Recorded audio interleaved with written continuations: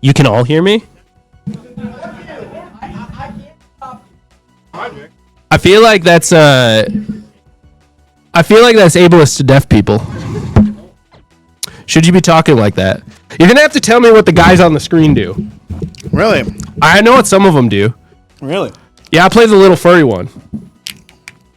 Which Yeah, that's the joke. I got you. Got me. See, everyone says I'd play the Crag one, but I don't think that's correct. No, I don't see you as a. He's not DK, yeah. He's not. His back air is like kind of crazy, but it's not the same. I think. I don't know. I don't think a DK exists. I'm saying Like. they don't have a Dong Kong yet. No, not quite. I don't think there will be. No one in Rivals 1 played like Donkey Kong.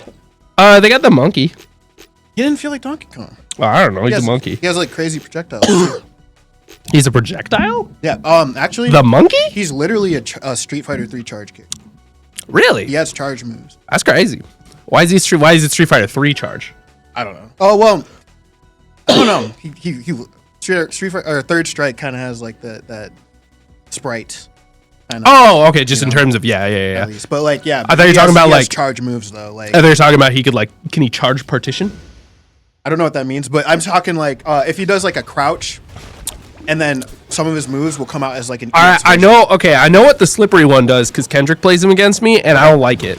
Okay, so basically like a basic Sheik. Yeah, I know that. Sheik kit. He's Mr. I call him Mr. Eats It. Mr. Eats It. Yep. Yeah, that's fair. That's fair. Because that's all Josh does, dude. The tongue is unacceptable. Yeah. It's an unacceptable move. Why is it a command grab in the air? I think you can still block it. Though. You cannot. You can't shield it. You cannot shield it. You're right. I found that out the hard way. The air version of the grab is definitely the worst version of it. But if you're in, if you feel like they're doing it in the ground a lot, you can definitely bait it out. Oh yeah, no, it's super slow on the ground, but. Yeah. But yeah, if Mr. Eats It wants you in his mouth, he will have you in his mouth. Rano is not a character I have a game plan for. It's basically, will this Rano let me combo? Yeah, I think it's interesting how the newer games like Ult in this game have the little arrows, so you can actually build a repertoire of what the people are doing with SDIs. Yeah, we're talking about Mr. Eats It. Who eats it? The frog. I'm calling him Mr. Eats It. Oh, that's the name of your frog. Frog? It's Mr. Eats It. He eats it for free. So apparently these mics are hot, so you're not gonna want to touch them. Okay. I think they came right out the oven. Yeah. I still need to get a shirt, the preeminent style shirt that says the tongue is often underestimated. Yeah, and then under it says Mr. Eats It. we have to be able to do better than Mr. Eats It, right? He eats it right? for free though. It is. Yeah. What? I told you I play the little furry one. That doesn't tell me anything. The furry would have a name. Huh? They all got names. Yeah. Which one? What? No, those are two big furry guys. It's like you don't even listen. Yeah, it's like you don't even listen to me. All right. All right, we're getting right into our game here. These are two people I've played a lot against. He's Mr. Eats It. That's Mr. Eats It right there. He eats it for free. Hey, that's game He one. used an illegal move. And that's game one.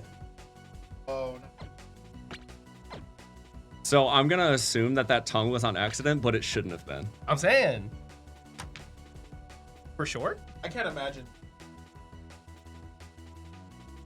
That sounds like a nightmare. Yeah, they're not set up super well for it right now. Why are we? You should also be able to change your shield color.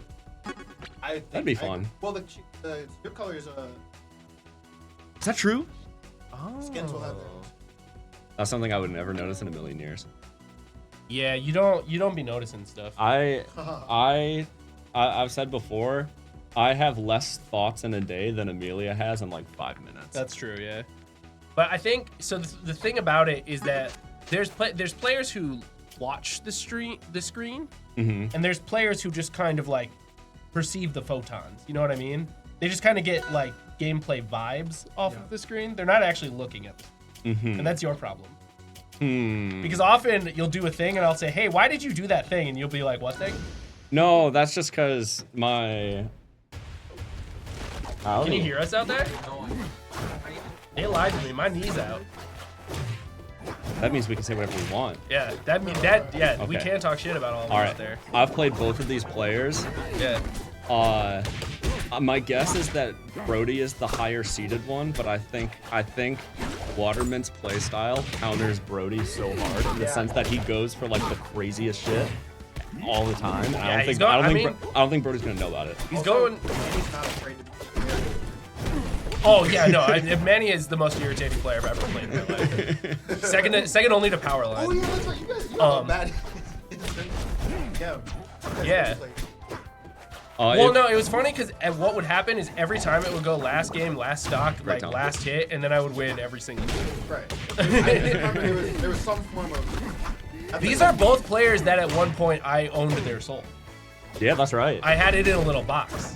I was like, you versus Brody might have been the hardest soul owning in Wisconsin history, like straight up. Yeah, I had him in my like my slide deck, like I was Dexter.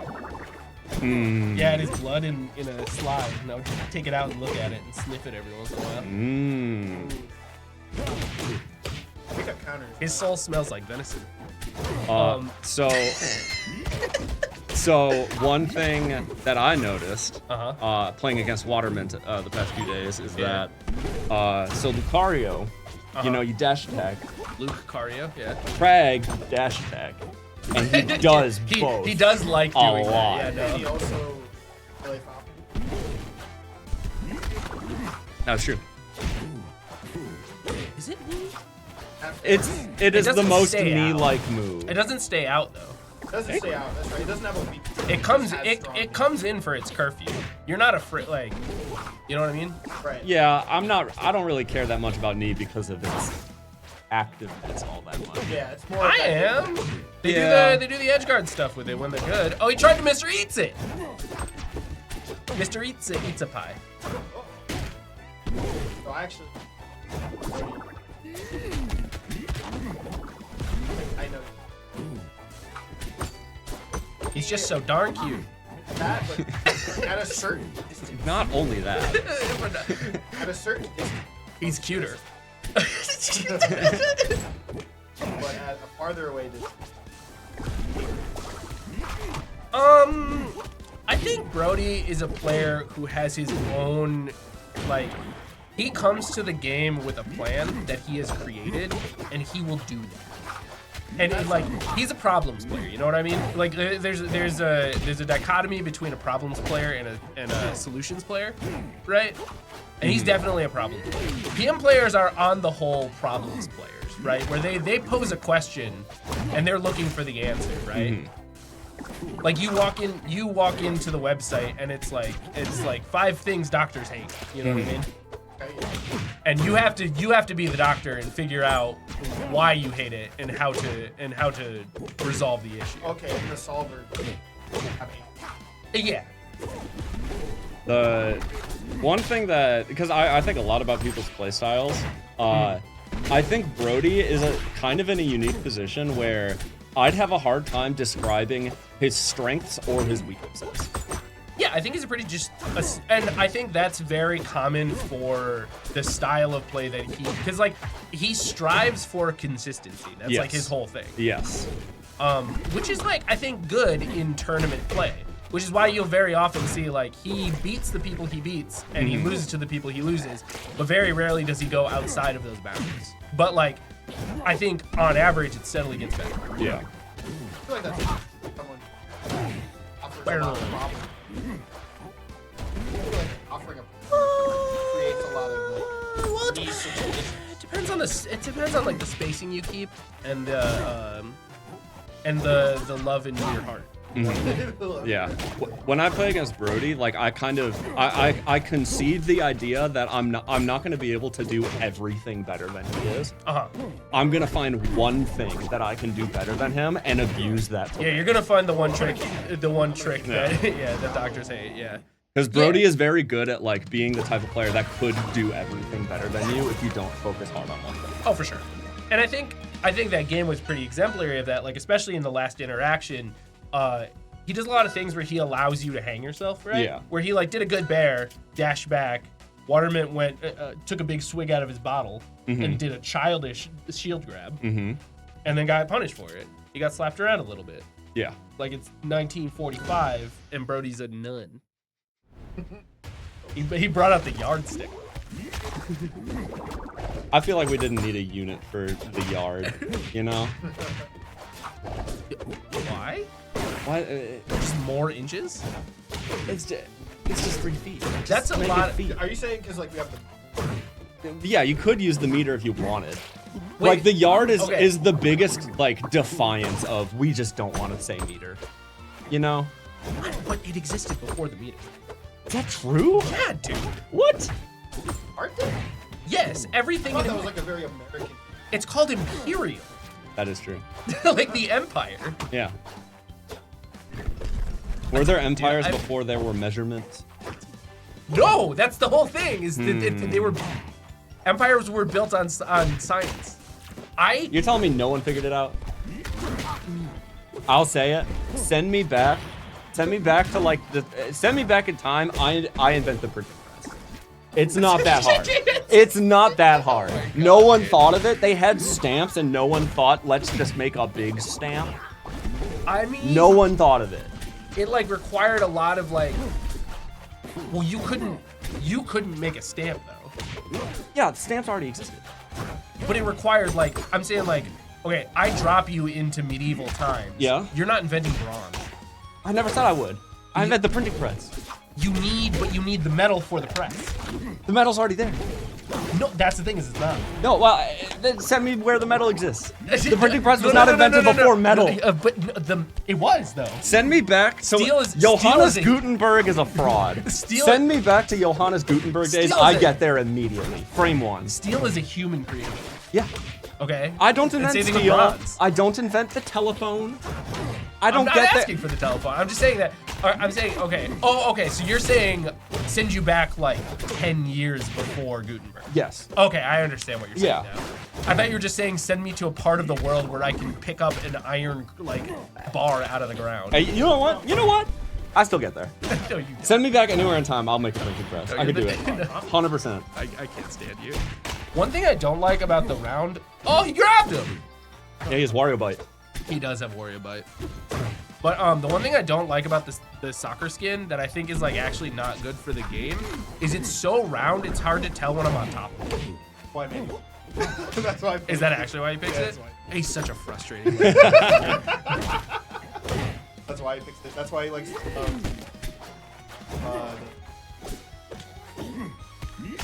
Oh, I hate the more rocker cute, skin. But like, less enough to be.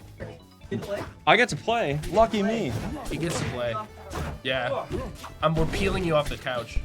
I will say this: something that is bothering me is that Andy's playing in a way that I really hate, but he's doing way better.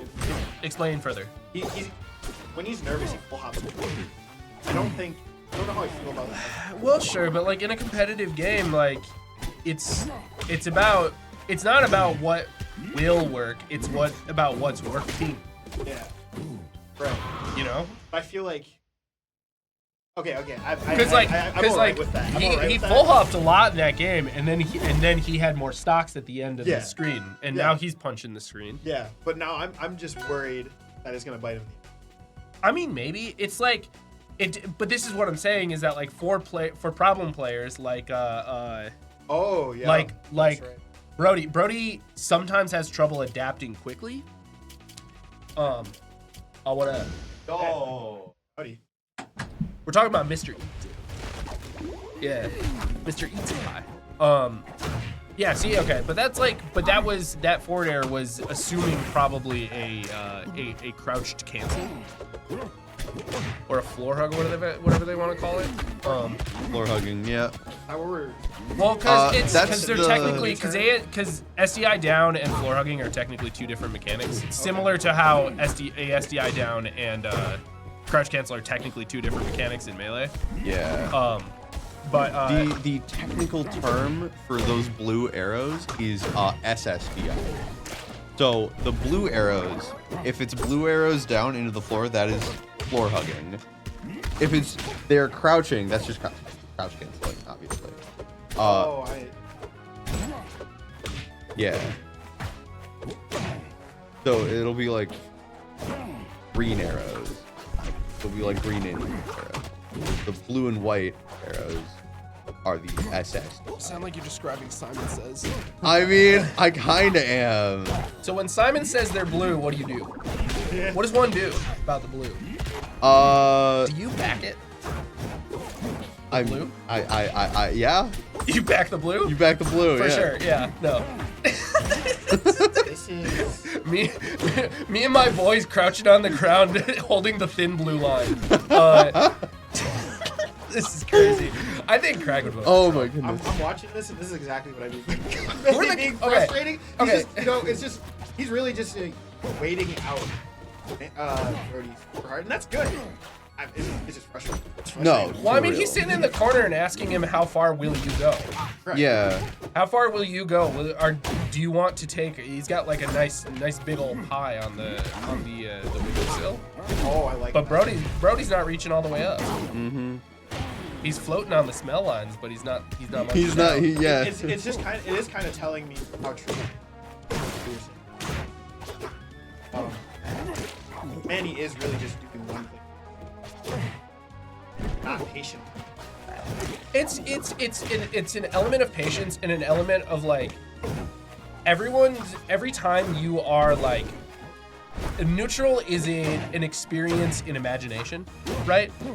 Yeah. Where like, oh, that was a really good reversal. But like, because what you're doing is you're constantly imagining what the other person can possibly do and trying to base a game plan off of that. Yeah. It's also. And so when the other person plays so differently from you, you can struggle to understand their decision making, and then you just get hit with their weird shit. Right? It's a lot like theoretical physics. I disagree. I was gonna say that's. I feel. Because theoretical physics is something you do in a lab alone, virginally. And Okay. playing neutral is like a dance. It's like the tango. Yeah, playing neutral is more of a I like dance. to think of That's neutral as a true. conversation. Labbing then is more like theoretical physics. I I would guess. agree. Yeah. Yeah. No, for sure. And if you think Mr. Eats It is in the lab, then you got nothing coming. Yeah. No, for real. You know, Hey, man. you can be a lab fiend, sure, but if you're just in the lab, then you're not learning how to dance. So, kind of the other thing about this is that like, at no point, like whenever Waterman has gone into the corner, Brody hasn't allowed him to just like come out. You know what I mean? Yeah. Like Brody's going after him every time, and he's down, so it's like it is his responsibility there. But that's what you're talking about in terms of like the patience and stuff, right? And that's what. Yeah. Absolutely. Manny's also certainly someone who like knows it. Brody is super calling out the full hop, like you were saying before. Now, though. Yeah. Yep, there it is. Yeah. There it is. Yeah. Yeah, so there's that that's adaptation. That's a huge. And now the question is the adaptation too little, too late? Right. That's the Like this worst is feeling. this is Right, where right. you make your money. Put it where it is. Put your money where your mouth is, right? And like the person who has been in this situation more is definitely Brody. Like he's gotten big wins in PM, right? Like he's got to win on Metroid, got to win on PM ranked players. So like this is the patience that we see out of a player with that kind of caliber. Yeah. That because like this now it's like how conscious can do. It's such an assumption. Oh, that was a really good setup. Was this best of 3 or best of 5? Best I of don't know. 5. This is Oh, best of that's 5. right. That, I was thinking that this was was it. That was so good Okay. with the rock just like kind of floating there as like a trap, sort of. Like he had to back up basically, and then you get hit by the little rocks, right? I thought the little rocks were. Yeah, I thought I was wondering that I don't know too. how a knockback stack works in that situation. Yeah, I'm wondering if it's just like, oh, I've the seen, I've seen knockbacks the like little rocks sing. people. Okay. I've seen. Now I will tell you this. I do think very. Brody. Well, I mean, it depends. It depends on because, like you were saying, Waterman's last stock was very different from the rest of Waterman's stocks, right? It depends on if he's going to be able to play without the nerves, like the whole time, or if it's different. Yeah. Because Waterman's playing out of the corner pretty, like, almost entirely. Oh. Waterman also is just hitting hard. like at the end. I mean, yeah, that's what Craig does. Yeah. Craig just hits harder. I think that's the worst part about having the Crag every time. Crag will come out. That's a terrifying situation. Being in shield next to Crag, just jumping in place. That's so scary. Because Fair is really like doesn't have a lot. Yeah.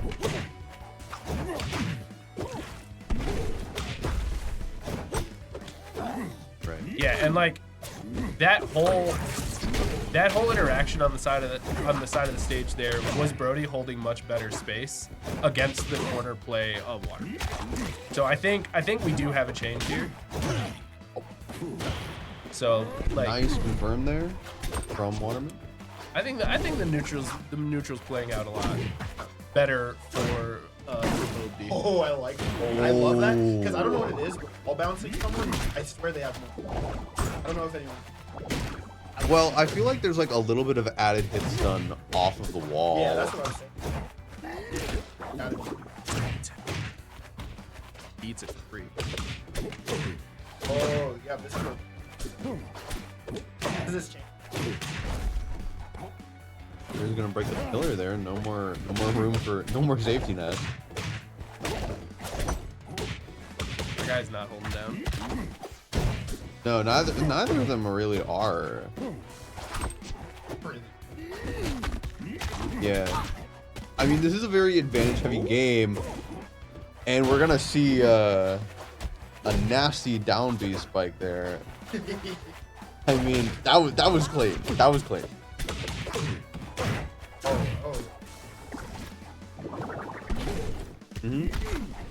Gonna throw the rock on land.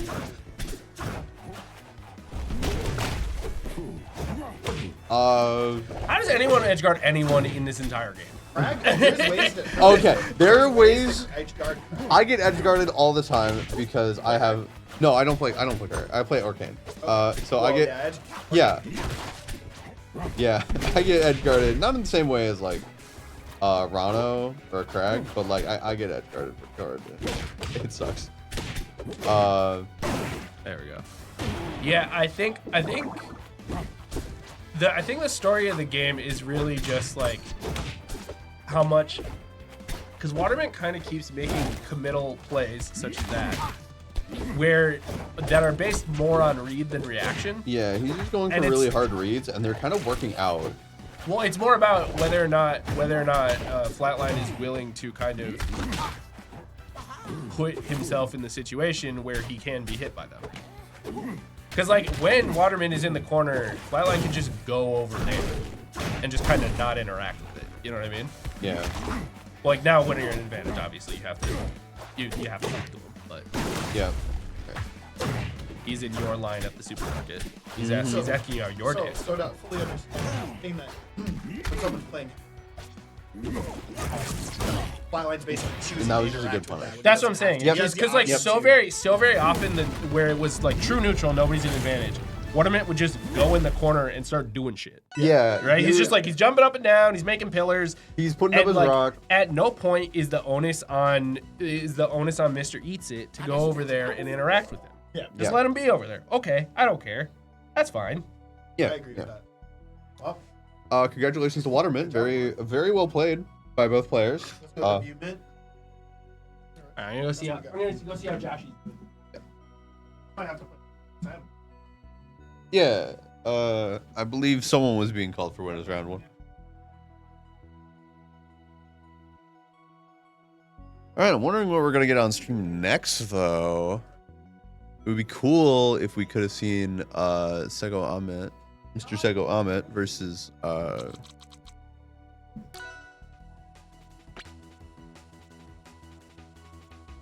don't remember. I'm bad with names like that. But it looks like we are getting someone at the very least on stream. Let's take a look and see.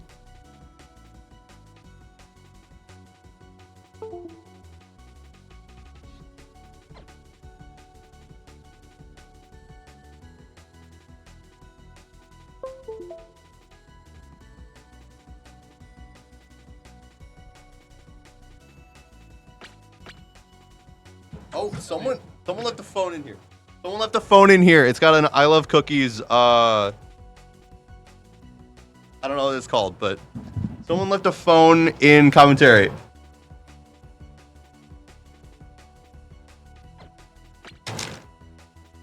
Okay.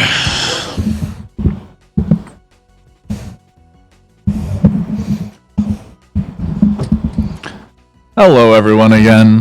How have we been doing? I believe everyone's been doing good. We were going to be seeing Tammy versus Fishant coming up here. I'm pretty sure I fight the loser of this, so this will be fun. Oh. This way I get to actually practice. You want to join?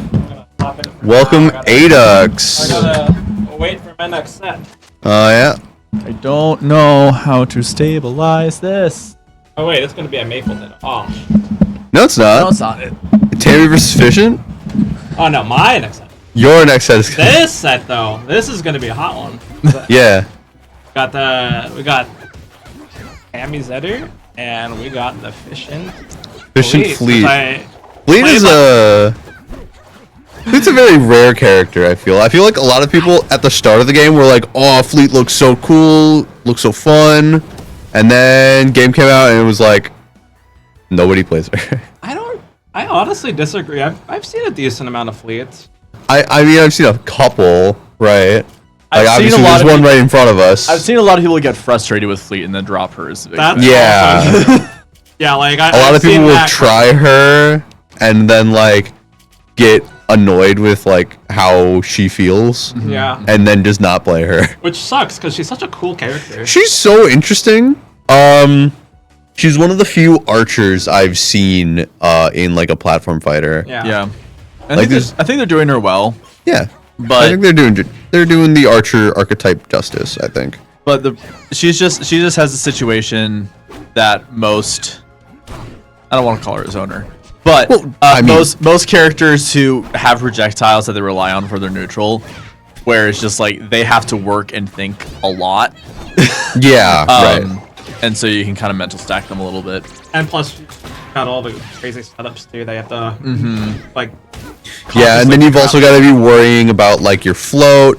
Like, do you want to use it? Like, where do you want to use it? Where's your opponent and all that? Because like you barely do avoiding have that up, yeah, that was you kinda do have those float cancels, and those are more mechanically intensive. But like, they're still very important. It looks like Fishant is actually taking the lead here, despite all of Yeah, things despite we just all of the talked things we have been about. talking about when it comes to Fleet, Fishant is doing a very good job against Tammy here. especially with resource management. Yes. Trying to make sure that the charges don't get used too fast, but you know, you're a light That is another character thing, fighting too. Zetter. Zetterburn- She's really just- light.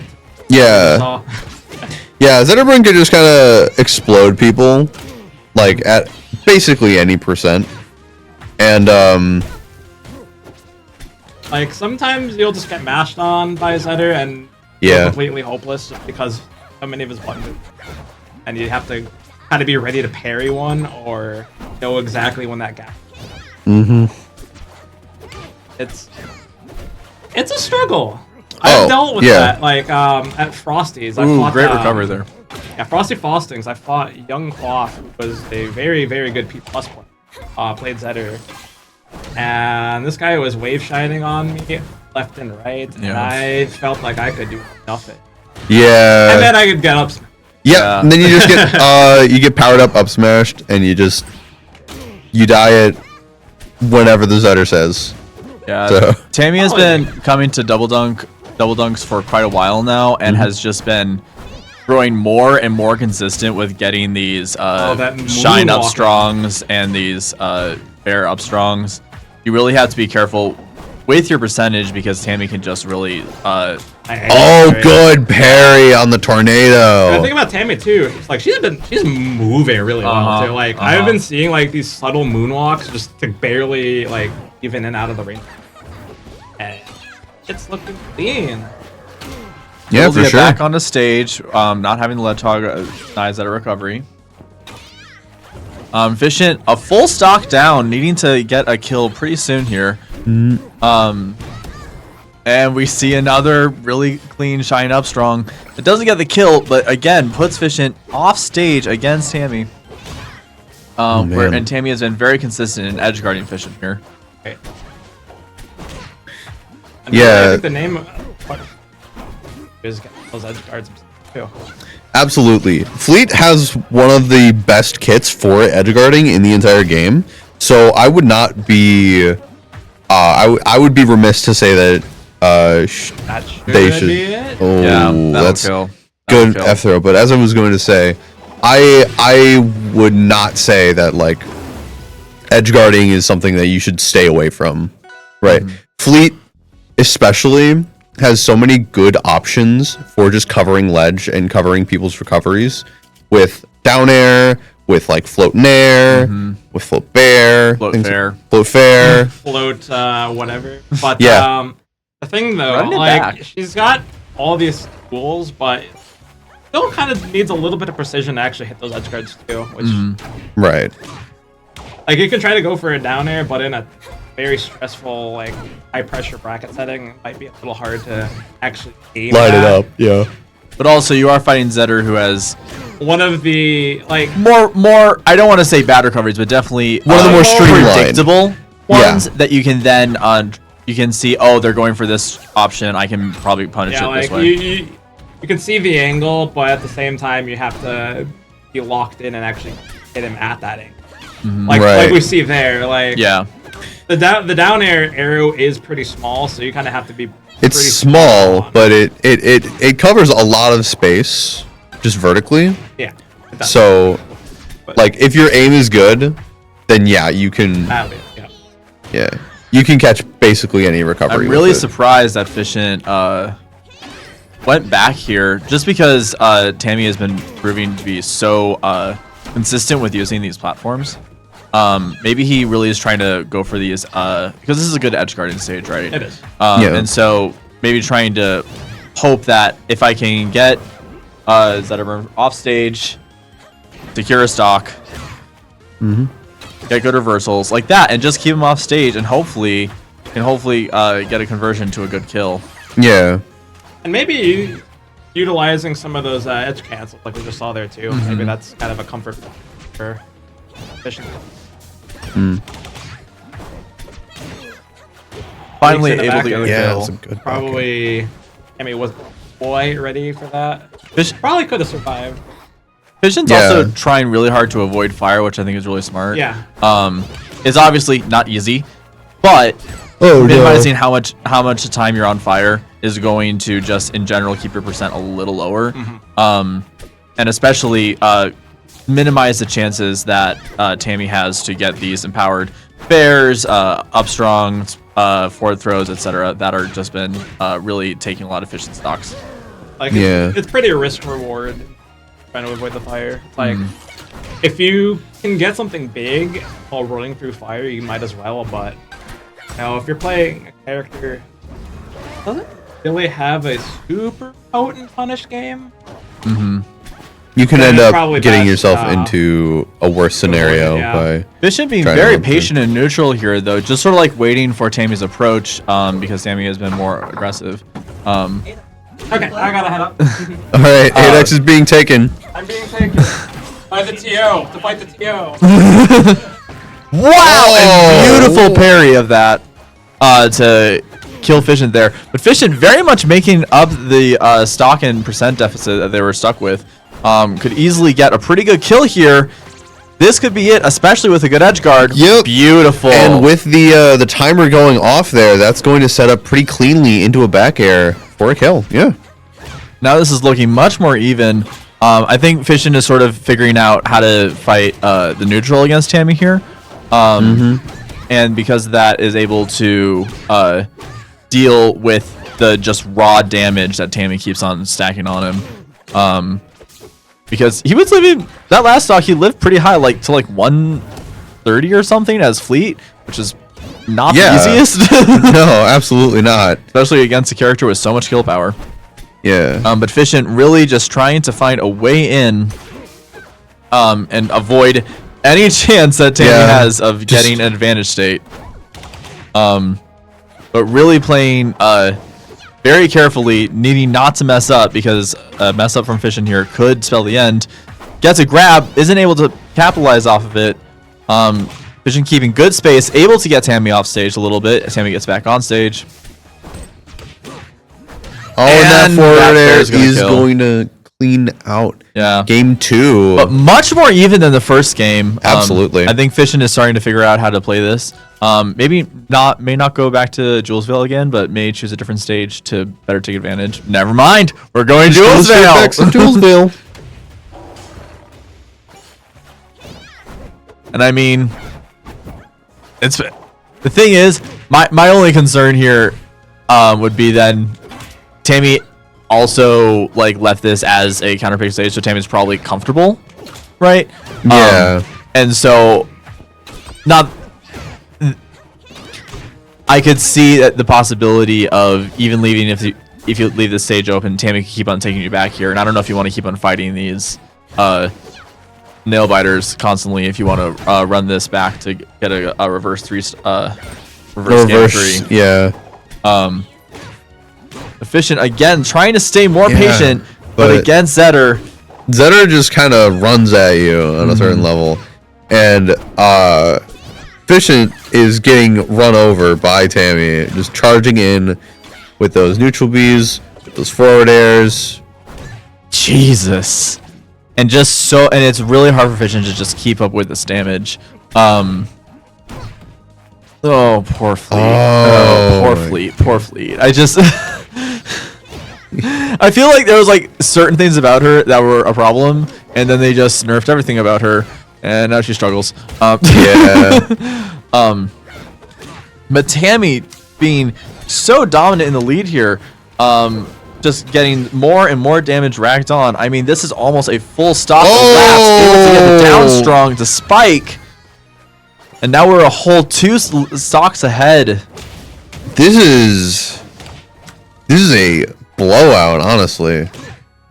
I mean, Tammy's been showing up to these for a while, and she has been grinding, and getting cleaner and cleaner with all these Zetter confirms. Oh, that was a little too cheeky. Too much. But I mean, when you have this much, when you have 2 stocks up, you might as well. Yeah. But hey, and this is triple dunk. We were looking to see some dunks on stream, so yeah. Going for the 2 dunk there on stage, but this isn't double dunk. Double dunk's only weekly. Yeah. And that fair word close it out. Yeah. And that's going to be game 3. Going to Tammy for a swift 3-0 victory with Zetterburn. Very strong lead. Really showing just how powerful Zetterburn is. Yeah. Just how good he is at running in. How good Shine is. How good Shine. Fire is. Yeah. How good Fair is. How good the empowered Strongs are. How simple it is to do confirms into those empowered Strongs. And especially if you have the tech skill to really use the movement that Adex was talking about, that Tammy was doing, to really make it difficult for the opponent to get in and then just punish whatever they whiff with. Zetter can just get so much off of a little tiny opening that makes it really difficult to get back in. But Fission played very well. I think that we can expect him to make a little more headway in the future, as well as maybe if Fleet gets any help. Please help her out. Please. I don't know. Are you saying that Fleet's a problem character? I'm not saying Fleet's a problem character. I'm saying I don't know if we want Fleet to be good. I don't know what we're asking for. Okay, I'm a Rivals player, and I personally believe that every character should be good. Every character should be playable. No. Every character should be good. Not every character should be broken, but every character should be good. Every character should be able to win. And Fleet, right now, may not be able to win. Can win. Okay. You have to work a lot harder as Fleet. And I don't think that's fair. Hey. There are hard characters in Rivals 1. Yes, there are. I play one. I play Sylve. Oh, you're saying that Sylve isn't difficult? Not the hardest. Not the hardest. No, he's not the hardest, but he's not easy. No, that's true. Speaking of easy characters, we have Raster and Crag on screen. We have Raster and Crag. Welcome back, Watermint 2 stream. Both of these characters, very powerful. Crag, of course, the powerhouse of the first test build of Rivals 2. Literally. And then Raster, just the force of nature that he is the best character in both games. And not to mention Raster, but also BioBird playing Raster. I mean, Bio has played Raster in R1. Bio plays Raster here. Bio understands this character inside and out, has been playing this character in R2 for a while, and really just is showing right now how insane mastery of this character can get. That will kill though, because Crag, it is Raster. Yeah, Crag, of course, showing that he is still just as scary as he was when they first dropped the game. I mean, like it's an interesting thing, right? Because Raster does have for sure kill moves, right? Yep. But the kill moves come out faster. Yeah. That felt a little early. I think it was sub 80. No, it was 102, I think. Oh, okay. That's a little more reasonable. Like this is why I get mad when people complain about heavies in this game. I'm like, guys, they're not that good.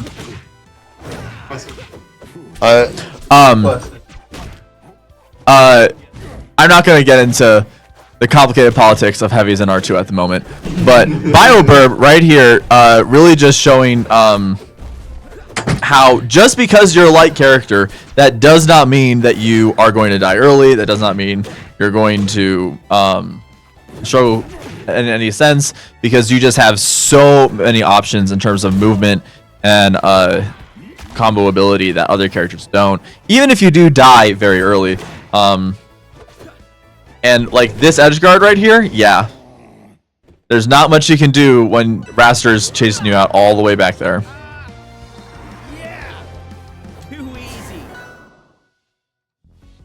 That'll be first game going to BioBird.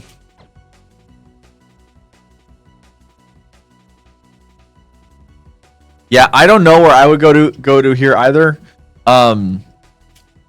Because anywhere Raster's going to kill you early, so I would maybe prioritize survivability.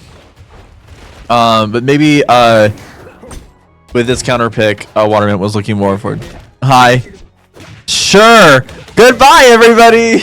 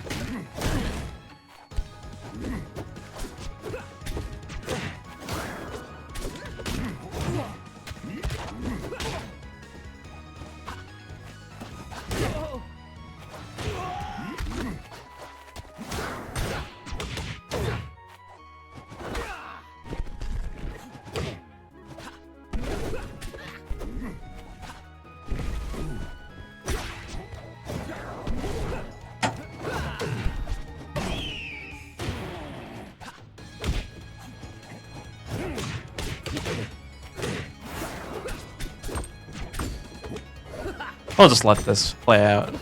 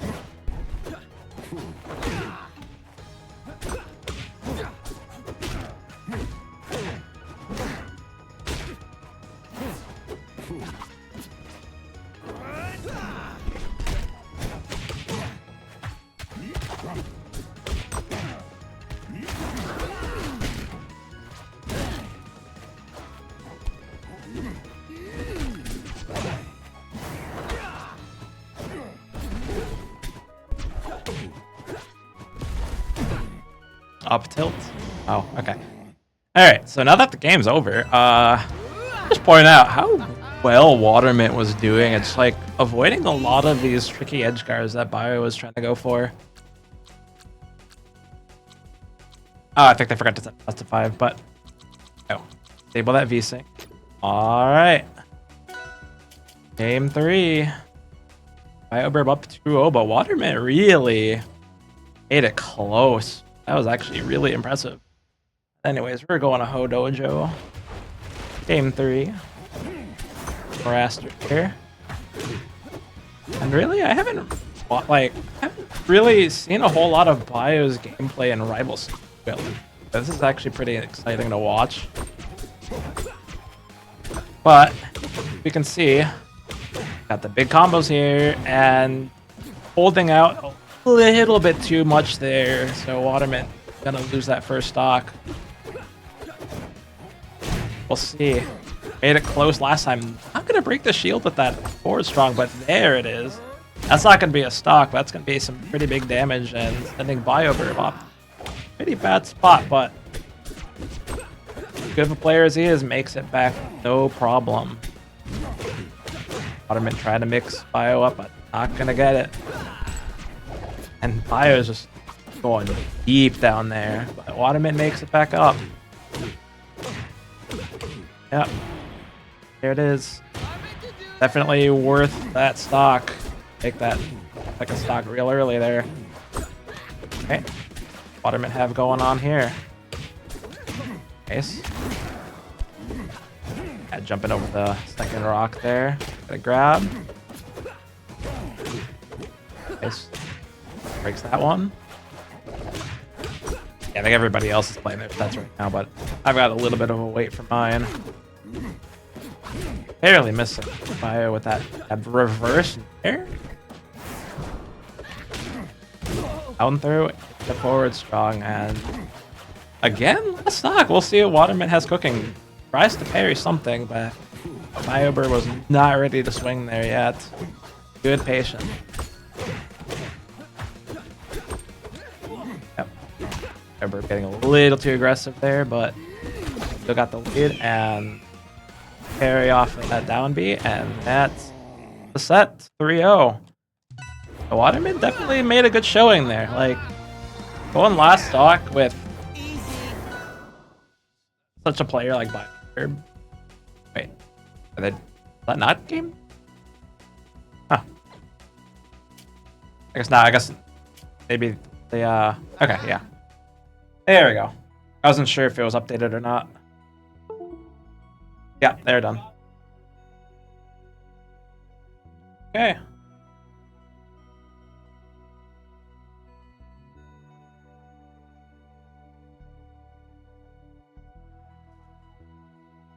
Do I have a set to play? Okay.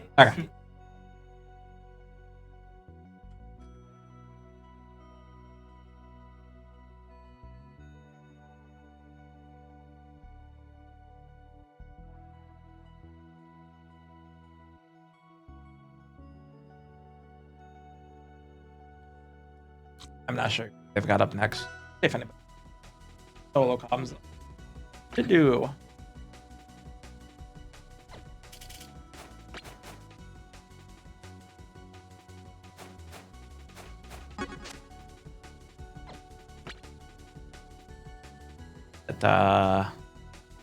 Exit. Anakin Skinwalker. Good tag.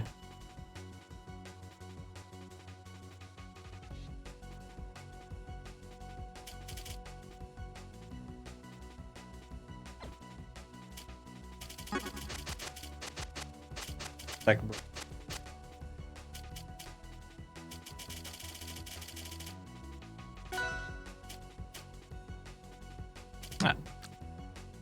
I don't know if got the team up. There's a computer there. I don't really want to touch it. Oh, Kendrick. So, Anakin Skinwalker, Kendrick. Be a fun set, I think. What I've heard, we're gonna see a lot of Rano Tongue. I want to see it for myself.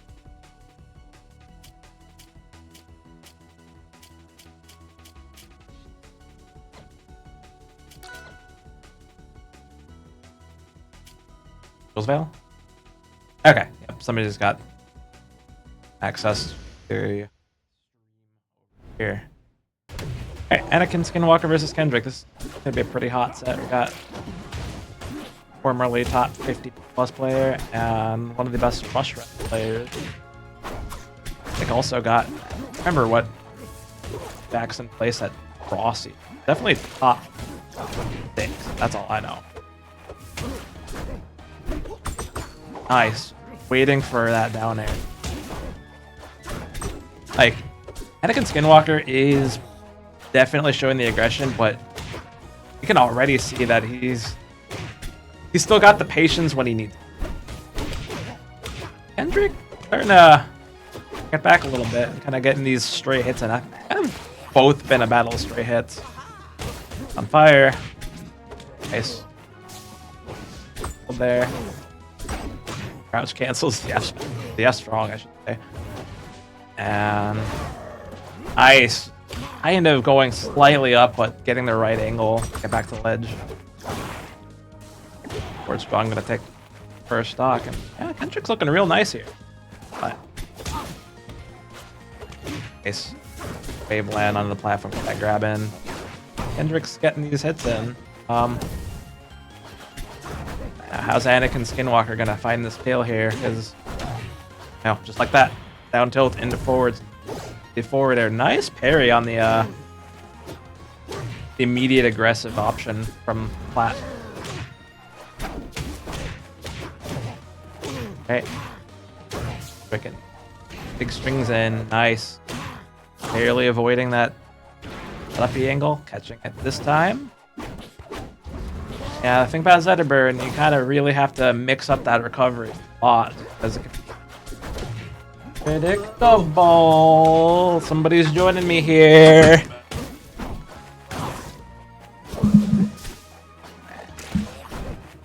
I went 0-2 like I intended. Like you.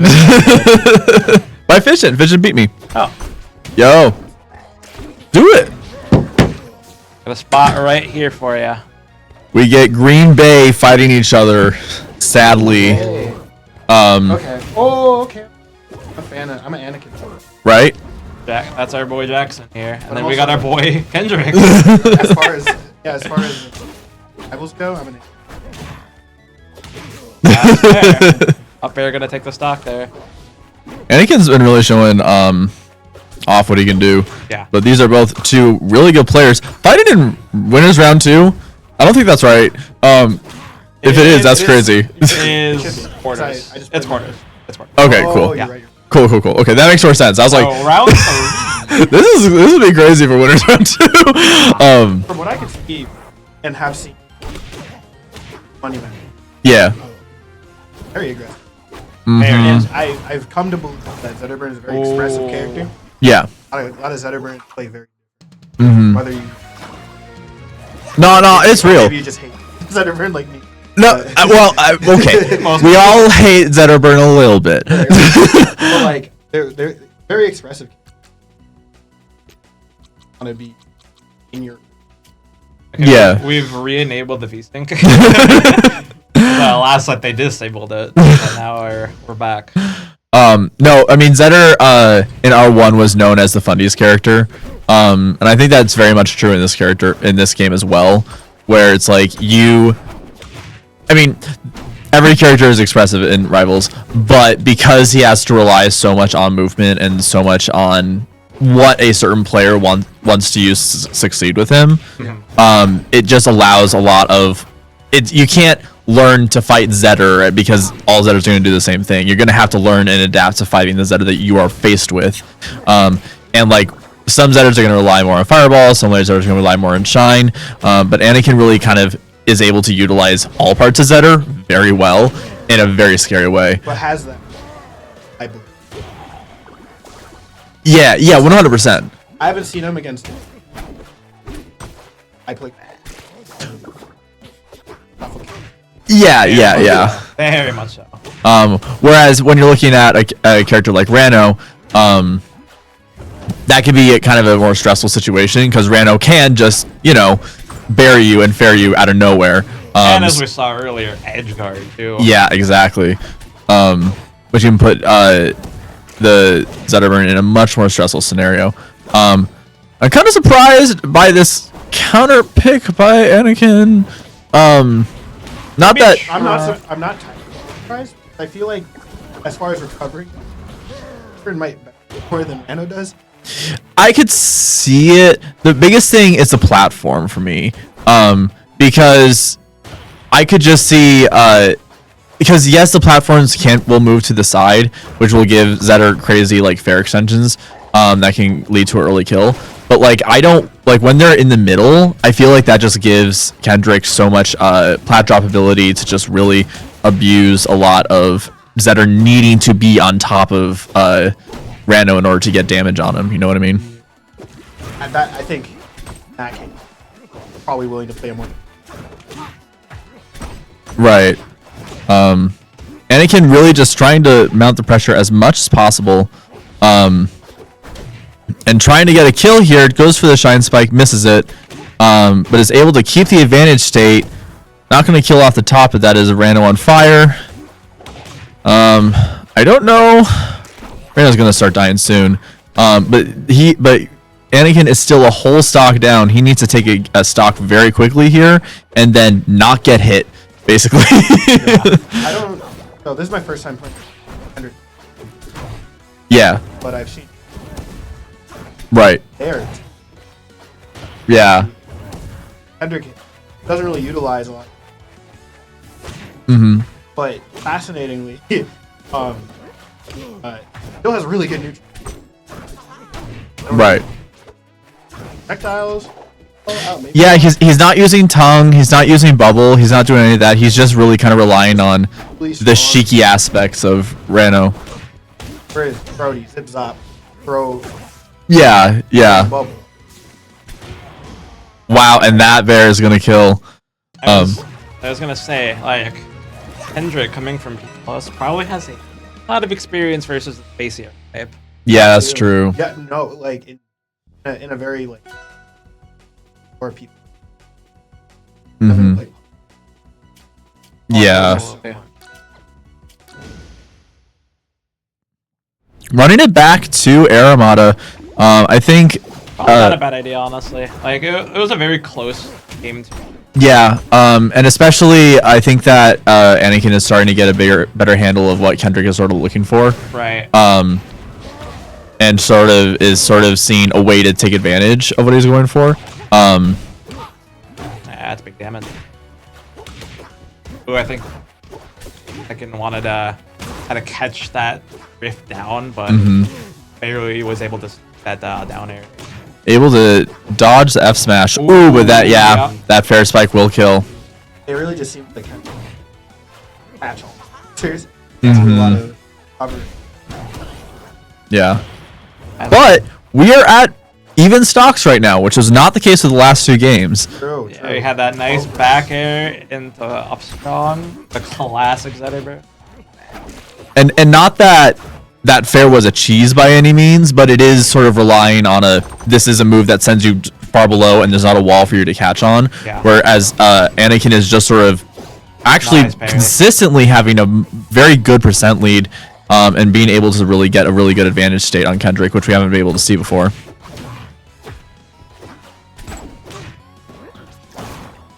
Also, I don't know.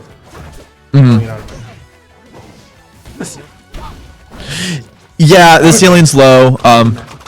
Like I imagine up strong on that top platform is probably I killed that 100 and after. Yeah, I think that it has a low ceiling and I was gonna say the side blast zones. I think they're also pretty. I don't play on this stage enough because I don't like it. With respect to the stage, because the stage itself is actually pretty long. Yeah. But like once you actually are at the edges of it, it can be pretty easy to get a kill pretty reliably. I mean, honestly, it's the thing that I was really shocked by coming from R1 was just how big so many of the stages were, and it's like small stages just are more interesting. Like that was like my biggest problem with Nazby too. I'm like some of these stages, dude, they're just so fucking big. Are we chaining up strongs? Okay. Catching. That's light drift. That goes for the bear. Over. Yeah, but he went for the bear trying to get it and wasn't able to lock it out. Alt player, rush rev player. Okay. I don't know about Rush Rev. Well, I don't think Anakin plays ult anymore. Right, but I'm just saying that every melee player. Yeah, that's true. That's true. I don't know much stuff about rush rev to know how they're.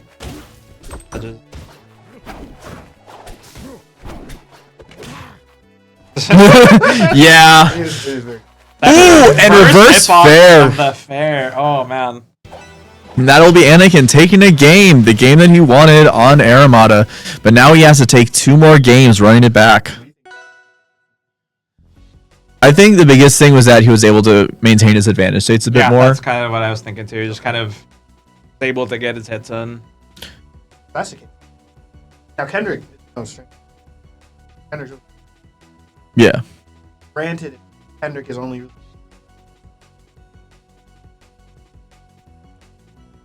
Well, and I think Sorry, go on.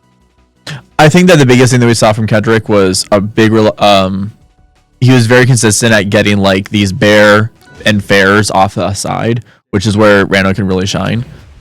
And I think that a stage like this, for example, where the side blast zones are familiar. You know, What's cooking in your? What's cooking my noggin? Kind of similar things. Like, I don't think we saw quite as many edge guards last game out of Kendrick. And I was also thinking, yeah, that too. But I was also gonna think about how well does that plus adaptation translate to Rivals 2? Because like they are similar games, but they are different enough to where there's some very subtle interactions that you really have to. Actually, you saying that sheet dropped back. Yeah. Yeah. Like, I don't even think Kendrick would have got. And that's like so like. Right. Really Oh yeah, that able to get the shine spike though, which feels really aggressive in this game in general. It gets set so far towards that diagonal. Disgusting. I remember. I don't know if y'all. Rivals 1. Aki. I remember Arj. There's no ledge to grab, so covered. Yeah. You get to play? Alright. Okay, well, 2 commentators for now. It's okay. That's how this works. Thanks for commentating with us. Yeah. And so now that reverse fair kill like that's crazy. I mean, I get Zetter, small side blast zones. Zetter at a high percent. Like Rando Fair just as strong in this game as it ever was in Rivals 1. Yeah, but it's crazy. The reverse fair just looks goofy. It does. I mean, the wave and grab. That was a so beautiful combo there by Anakin to get a kill. And now Anakin is a whole stock ahead. Again, I really think he's started to sort of figure out Kendrick's sort of neutral plan here. Yeah. So that he can get a lot more of the advantage states that Zetter's really looking for. Yeah. Oh, and we have a tongue. The tongue was used. The tongue was used. Yep. Get that edge guard.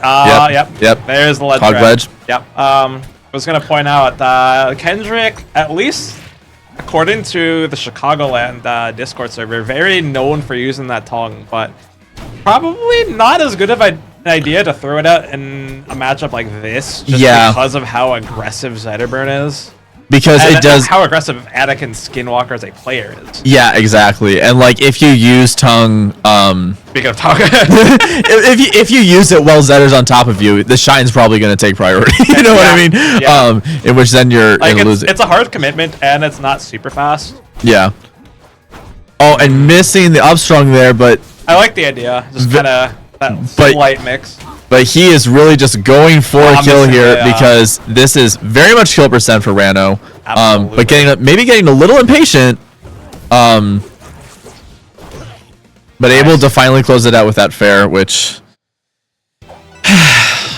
honestly, like Cragfair was a problem in R1. It's not. It wasn't actually a problem, but it was like it was a joke problem. It did not feel good to get hit by. No, We'll say that. And I feel like Cragfair, although it's good in this game, has been replaced by Zetterfair in this game because Zetterfair is what I see so many Zetters close off stocks with. It's so strong. It's so strong. It's reliable. It's huge. Yeah. And especially if you get stuck on a stage with close side blast zones, like that Zetterfair is just gonna do a shit ton.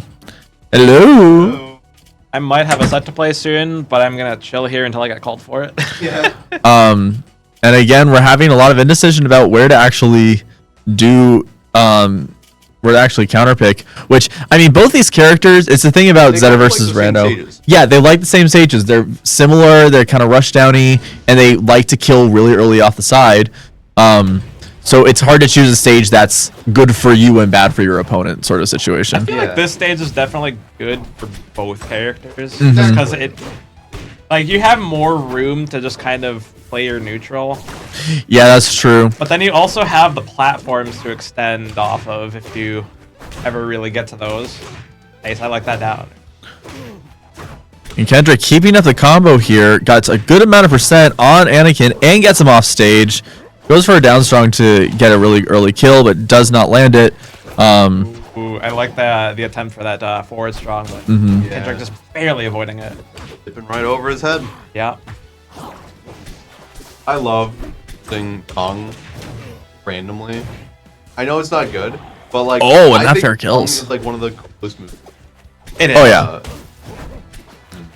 And I think that people are only gonna find more and more interesting stuff. I mean, there's Especially still with wave bouncing and stuff like that in the game. There's still stuff being found with tongue with Rano and R1. So like especially unless the devs make it less interesting, which I would be very sad about. I would be very surprised if they did that. I don't think they would change tongue much. Like, knowing barely misspacing that. And Dan Fernacci. No, he will not. He would never make a move less interesting. And that is a very strong stock there by Kendrick.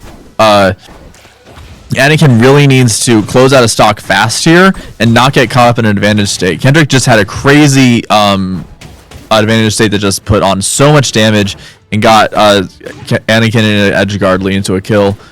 Too. And we could see it again. Zones are very close. Yeah. And Zetterburn has a lot of really easy ways to kill off the side. I'm talking about forward air before, but there's also you can get kills with F strong. You can get kills with back air if you're good. You can get kills with F throw. You know. You can get kills with F throw. You can get kills with the side hit of up air. If you're like that high of a percent. And Kendrick taking a sec to chill on the invincibility platform. Off the top. We saw. Also very doable on this stage. Like top blast zone is a bit bigger, but like it's Zetterburn, you're gonna kill early regardless. But Anakin's at a lot of percent here, and a fair like that will kill. And that 3-2 will be going to Kendrick, but very close set. Very fucking close set. Really well played. I've got a set to play. I'm gonna go see if they're calling me. Go for it. I'll probably be back later. I don't have any sets left except for R1, so I get to chill in here. I don't have any sets left either. But very good game between Kendrick and Anakin right there. Very well done. The only thing I do have to worry about is I have a pizza in the oven. But very good games from Anakin and Kendrick there. Really showing the strengths of both characters. Honestly. Yeah, like literally.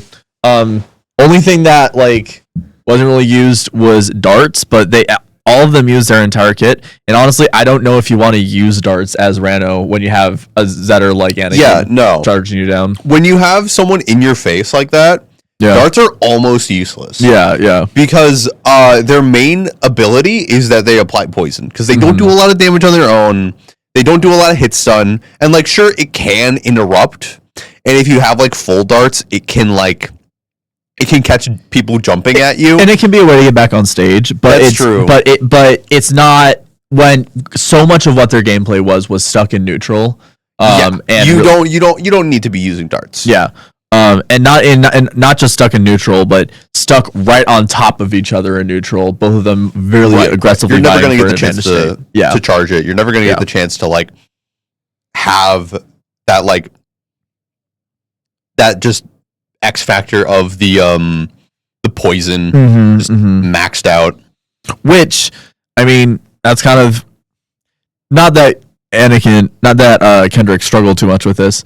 But it is a thing where it's like Zetter has so much more free damage over time than Rano does. Right, because how Rano's works is you apply the poison, and then when they whiff attacks or when they just use any button, they proc the poison, and it does 1 damage every time you like press a button. Yeah, which is really cool.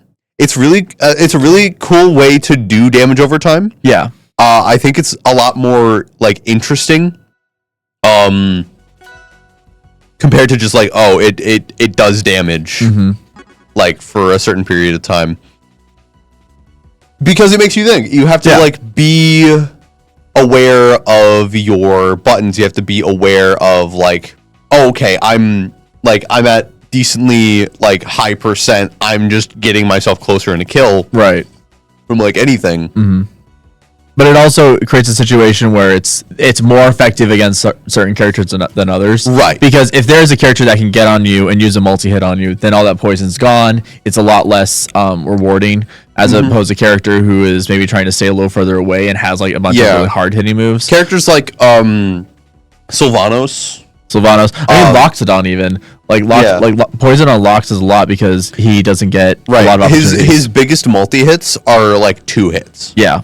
So he has to use a lot of buttons in order to get rid of poison, which means he's going to be racking up more percent than a character like Zetterburn would, because Zetter, Nair, I think, is 5 hits. Something like that. That's Like, or he could just shine you 5 times. Yeah, that as well. And then like Orcane. Orcane, he's got Dare. Yeah, he's got Dare, but that's it. Because forward air doesn't get rid of it unless you hit the butt. And then down B doesn't get rid of it. Neutral B doesn't get rid of it.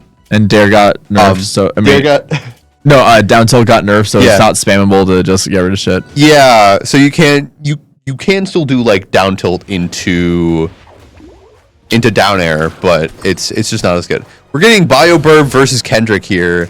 I think this is winners semis or winners finals. I think this is winners semis. Probably semis. We can get the bracket pulled up. Yeah. But already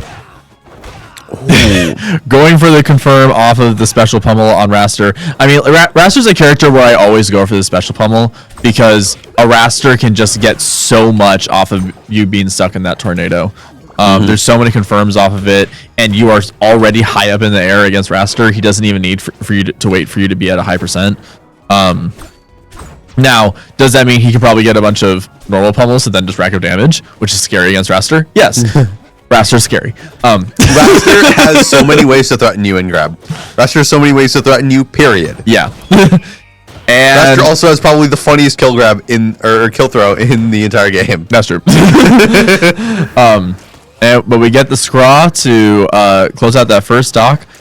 Kendrick trying to get in slowly, but I think that Kendrick is really going to need to rely a lot on movement and Rano's fast movement specifically to really just sort of not get steamrolled by Raster. Yeah.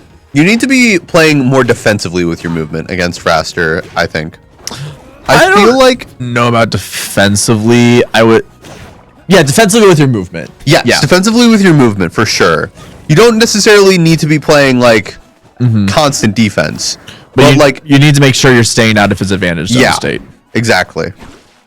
Which is really hard to do, because Rado has a lot of ways of just rushing you down. Yeah. And especially with how Kendrick's has been playing, which is very close. Why? Okay, can someone explain to me why, of all moves that are faster out of shield, they chose uppies? I just want to know. Was it just the Raster? Because it doesn't make any other sense. Because Smash Bros. Does it. Because jumps are faster. Jumps are instant out of shield. Up smashes are instant out of shield. And up Bs are instant out of shield. It drives me crazy. Jumping out of shield is really good on a lot of characters. It's good on Rano because your Nair is fast. Your Nair is fast.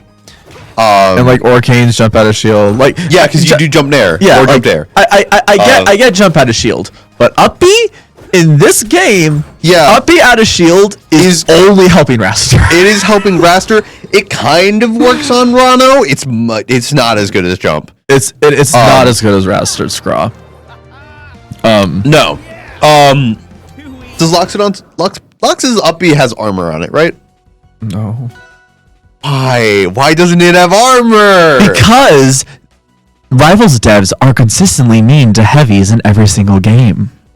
So if anyone complains for some reason, what do you mean except for Ellie? They're so mean to Ellie. Okay, Ellie's a really good character, but they do a lot to make sure that she's not top 1. They are mean to her. Well, yeah, because if Ellie was top 1, people would be complaining everywhere. Everyone already complains about Raster. Raster and Ellie are the same character. Everyone complains about this game. Honestly, everyone complains about everyone in this game. You know what? Everyone complains. Anyway, going into game 2, we have Kendrick taking BioBurb to Rockwall, which I think is this stage. Which I think is a kind of smart idea. It does mean you're going to be dying to Raster sooner, but it also means that you can probably kill Raster faster, or you can get a reversal. Raster already dies super early. I don't think this is a great pick. My thing is that if you are being chased off stage by Raster. Here, if you are Rano and you land a bear by just mashing it, and Raster is on top of you, there's a chance that Raster just dies from it. So I get the mentality behind it. I don't think Kendrick was being chased off stage by BioBurb. No, not much. No, it was BioBurb has been mostly killing from off the top with up B. Yeah. Well, not just with up B. He only got 2 straws. Killed 2 out of 3. 2 out of 3. And that's another one. Yeah. I'm gonna stay calm. I don't want to stay calm. Anyway, but Kendrick's still trying his best to keep not allow this pressure to not let things like that weigh him down as he continues. Because Raster's that kill percent here, so if he can get a good advantage state, we can get a kill off this Raster. That was almost a really good super jump into up air.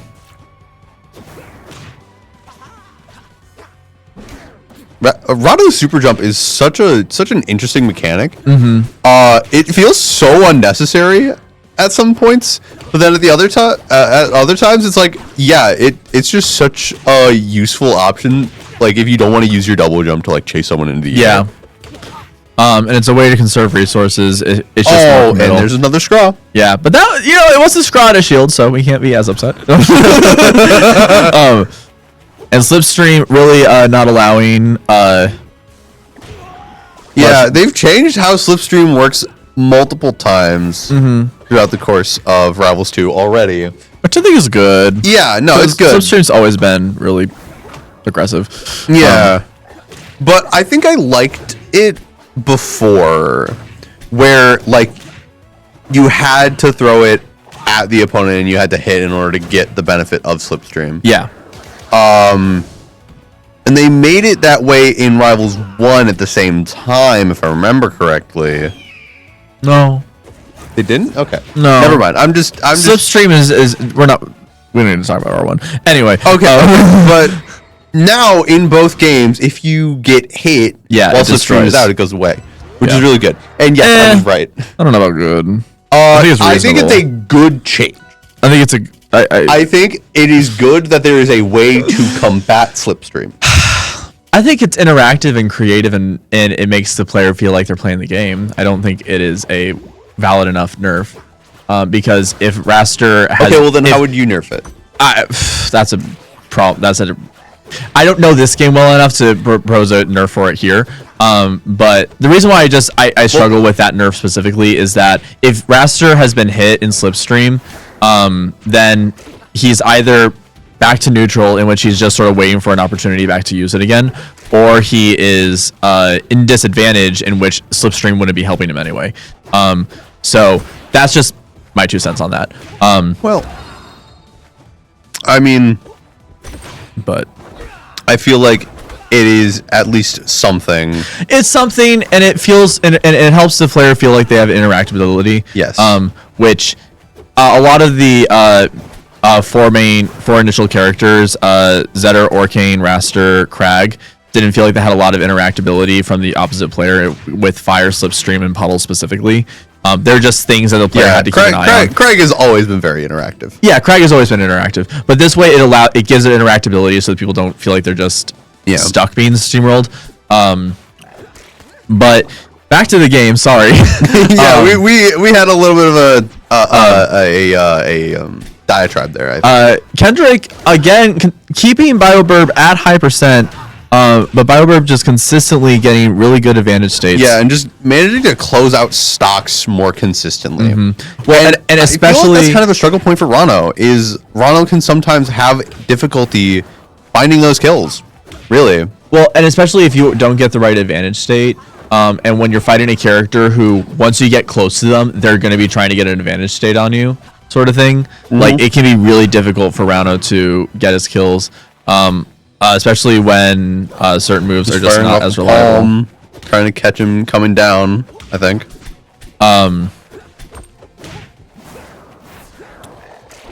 BioBurb using neutral to get around Kendrick. Oh my up tilt spike and going for the down strong just to make sure he was dead. Yeah. BioBurb. No, I get it. Confident. I get it. Closing that out. I get it. And that'll be BioBurb taking that whole set. I'm gonna go check out my pizza. Go for it. I'm really happy I drove BioBurb here. We need more respect. We need more respect for Wisconsin and Milwaukee. Shout out to Milwaukee. We exist sometimes in Wisconsin. Only sometimes though. And so that will be BioBurb moving on to winners finals against the winner of the match between Sego and Juno, who I imagine is probably going to be on stream next. That's what I would guess. Kendrick being the only non-R1 player to be in the winner side top 8, which is exciting. Both because I like R1, but also because it's nice to have, like, I think that's a really cool thing about R2 is that there's just been a lot of people from multiple different communities coming in and showing up, and no one is particularly dominating. Like, R1 players aren't the super dominant players. P+ players aren't the super dominant. Like, anyone who is good at their game is finding success in this game if they want to. And I think that's actually something that's really fucking cool. And it's sort of like is doing what I think Rivals has a lot of potential to do, especially since we don't have IPs that are controlled by big companies like Nintendo and Nickelodeon. Is that like you get to? It's sort of a Rivals has the opportunity and the ability to just sort of be a big uniting force for plat fighters, which I hope continues. We will see. I don't know what set we're gonna get up next. It might be Sego Juno? That's what I would be guessing. The loser side is also just about to start entering top 8 as well. With Flatline, Tammy, Mub, Politude, Winter, Watermint, and Efficient, Anakin Skywalker and John Wick all fighting for their chance to be within top 8. We've had, let's see, how many upsets have we had? We had a few. We've had a few. My losers bracket off. Waterman beat Flatline, which was an upset. Apollo 2 beat John Wick, which was an upset. Yeah, just kind of look at round 1 is kind of Yeah, it's a kind of the battlegrounds. We don't really quite know. Well, I'm not sure. we're all more evenly seated. How well seated, or I should say well. And we have pizza. How properly I seated. have pizza. I guess I should. Let me move my controller out the way so you do have a place. Just place it somewhere. Yeah, my Isn't this your venue or something? Yeah, I lost to John Wick. Gotcha. Love that guy. Love that guy too. If I somehow won that, I would have had to play Anakin Skywalker just to make top Yikes! 8. Yikes! Which I'm not gonna say that I can't do it, but I can't do it. If I had won my round 1, I would have been going against Sego. Yeah, like Which would have been cool. I would have loved to do that. Unfortunately, I did not win my round 1. Yeah, I mean, I had to play Juno round 2, which Jesus. was that was fun. Like, See, this is why you gotta go 0-2, because then you just don't have to fight anyone. That's crazy. no, but I wanted to. Like, I wanted to see just how messed up I'd get. It was quite a bit. Like I said, real crazy. That I had to play against Caden. And losers round 2. Yeah, it was. And we will be going on with Sego versus Juno, fighting for winners finals and winners semis. These two players have played a lot. They played before. Since like the very beginnings of Rivals 1. Yeah, literally, they know each other very well. But Burn and Slime sponsor. Love those. So blue. Are we going to a blue stage? Blue stage with blue characters? Blue stage, blue characters. This is going to be bad visibility.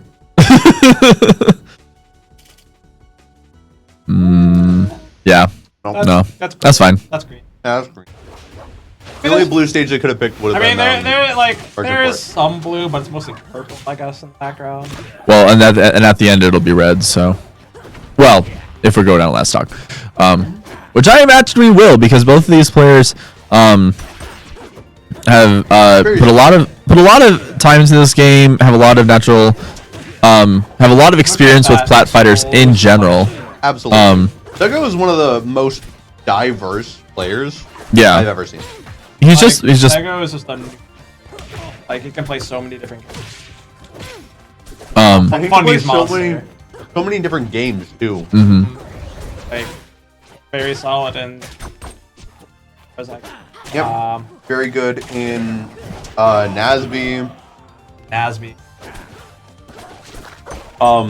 I am unfamiliar with his multiverse experience, but I'm assuming he did play the game at least a little bit.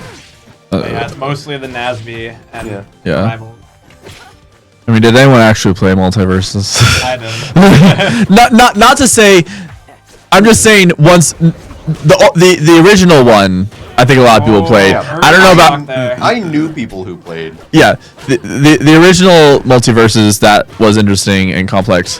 That was different than whatever the hell we got in the end. But already we have Juno taking a insanely commanding lead on Sego here. Already 2 stocks ahead. And at definitely kill percent for Maple. But Potential kill percent for Forsburn as well. Like the thing about Maple though, like unless you get an edge guard, she's not gonna kill you early. That's why I said potential. But she will rack up the damage and then get you to kill percent. Now it's kill percent. Thank you, Keto. Yeah. But that will be 1 dunk at least. Let's get some more in there, Juno. We also did have 3 maples today because Adux played maple. At least one other maple. Yeah. So we got our goal of having more than 2 maples for triple dunk. I mean, I did not make it super fire in the bracket. Yeah, it's fine. I got one win. It's better than what my maple would have been. I can just promise you that. Oh yeah. We're going with Wasteland Forsburn now against Sly Cooper. Yeah, my maple got kind of washed by John Wick players. Matchup is very tricky. Yeah. Somebody that has very good space. We haven't seen actually. I don't think we have any Clarence aside from John Wick. Maybe. I might be wrong about that.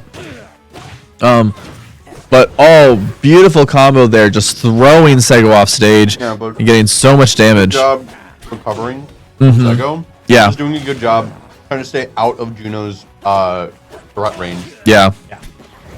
I mean, DI out. That's what R1 teaches you very aggressively. Oh yeah. Well, DI out unless you would die if you DI out. Yeah, And but DI up. Yeah. oh, and that's an SD trying to get a bear for a quick kill. If Sego can get a good advantage state, though, I mean, this is Rockwall. Forsberg can kill ridiculously early on this stage. But Mel can too. Double dog? Oh, yeah, and cannot get back. Yeah, hug the ball. Ledge hog. Sorry. Yeah, ledge hog. Words are You're hard. good. And this is again looking. We already are again with another 2-stock lead with Juno over Sego right now. I really should hit up Juno for some maple advice. And maple. And she is more than willing to give it. Absolutely, she's such a nice person. If anyone ever wants help in how to A, play the game, and then B, play Maple, talk to Juno. Okay, but what they're a very about good teacher. What about Orcane? Yeah. What about him? I don't want to be the. I don't want to be the local expert. I don't want to be the local expert. know who plays Orcane in the game. That's the thing. I don't think. No. I mean, I could try to play Orcane, but I'm not gonna help you. I'm not gonna be a good resource. I mean, the thing too, Orcane. He's not bad. I mean, there's no. He's bad. better than R1. He's better than R1. There is not really any bad character. He is a better. Ooh, that. He's a better character in Rivals 2 than Rivals 1. Mm-hmm. That is true. But at the same time, like, I feel like Rivals 1 Orcane is like, I think like more of a counter meta character. No, 100%. Yeah. 100%. I agree with that. Now we're going back to Rockwall.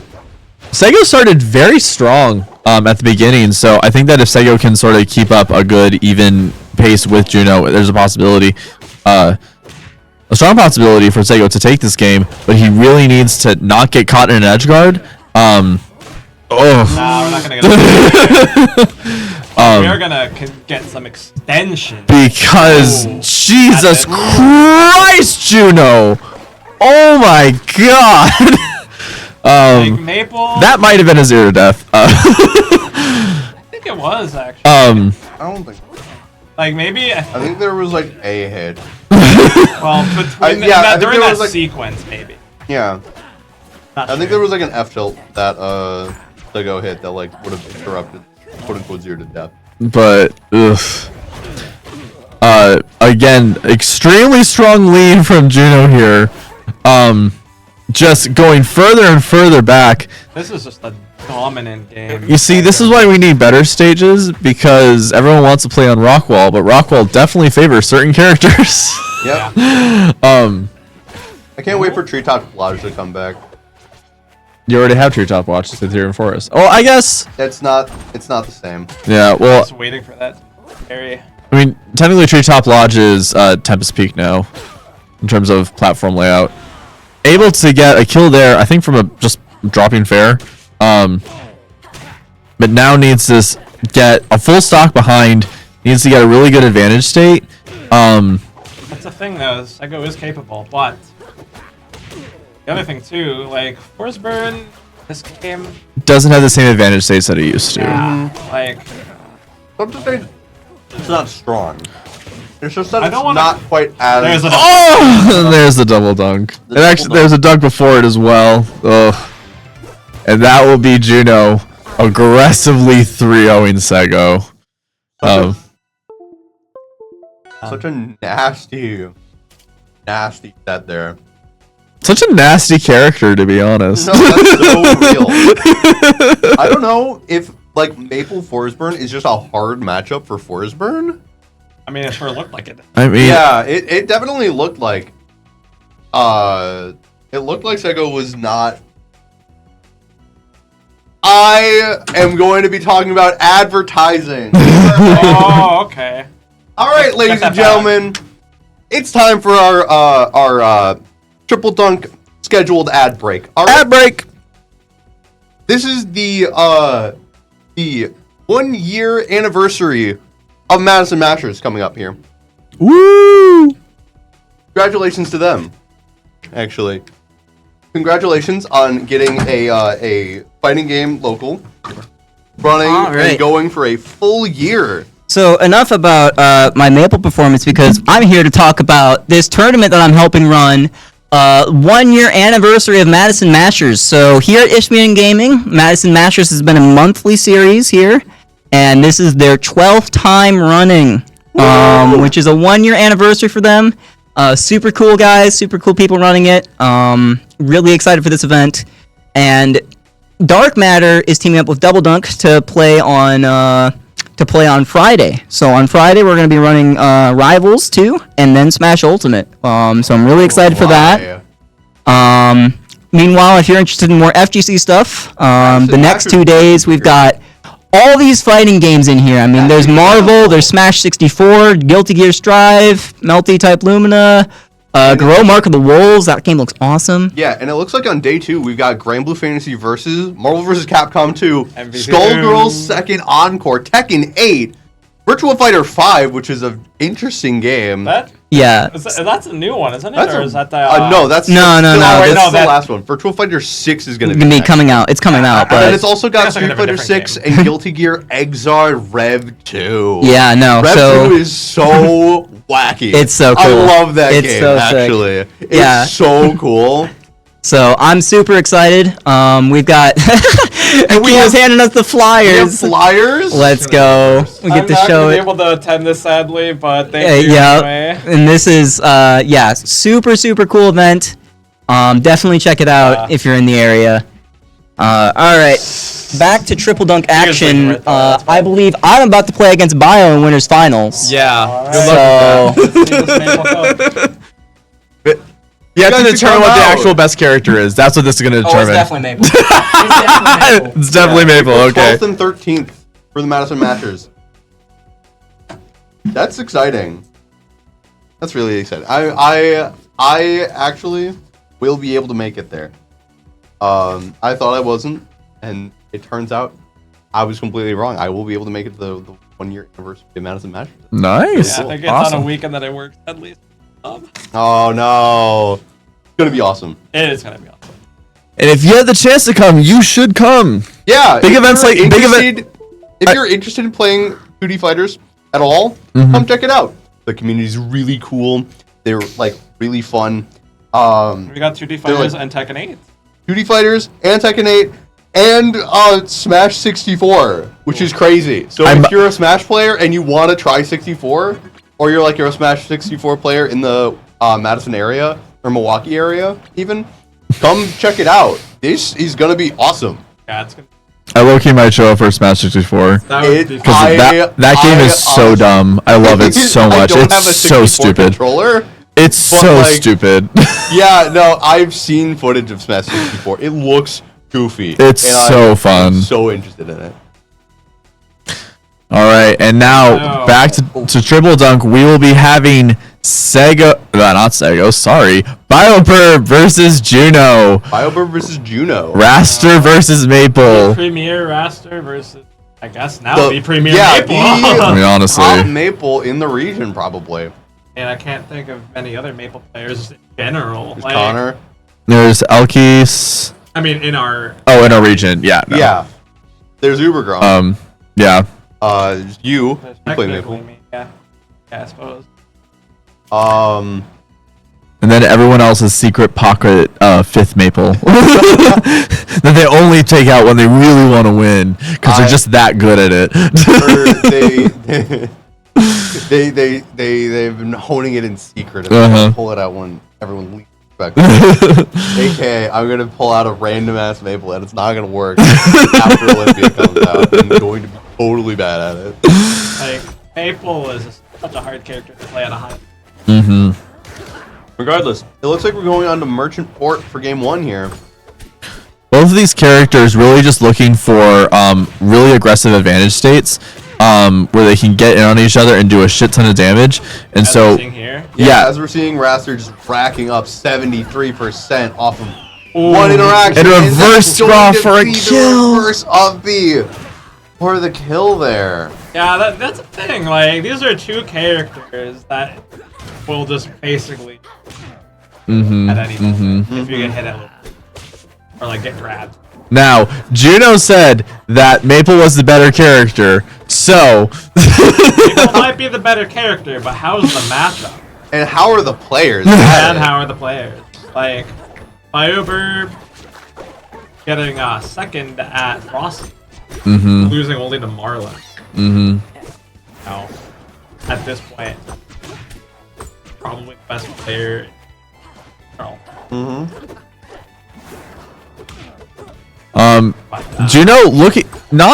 Juno keeping BioBurb away from an advantage state though. Yeah, Juno's playing it very patient now, like trying to avoid getting hit. But as soon as I say that, all right. Yeah. Juno's sitting at about 54 right now. That's it. Yeah. Oh, and managing to get the Able to get the back tether air fair. into air. Rio's there. Suck. But that Scraw Bio is keeping a good job of just getting a lot of damage on Juno very quickly. Holding on to a very tight lead right now. I Oh, like punish that. on hit I like for that. that down B. Yeah. Too aggressive. Probably crouch. I didn't even No, see the, I didn't see any arrows at all. Hard to get back. There we go.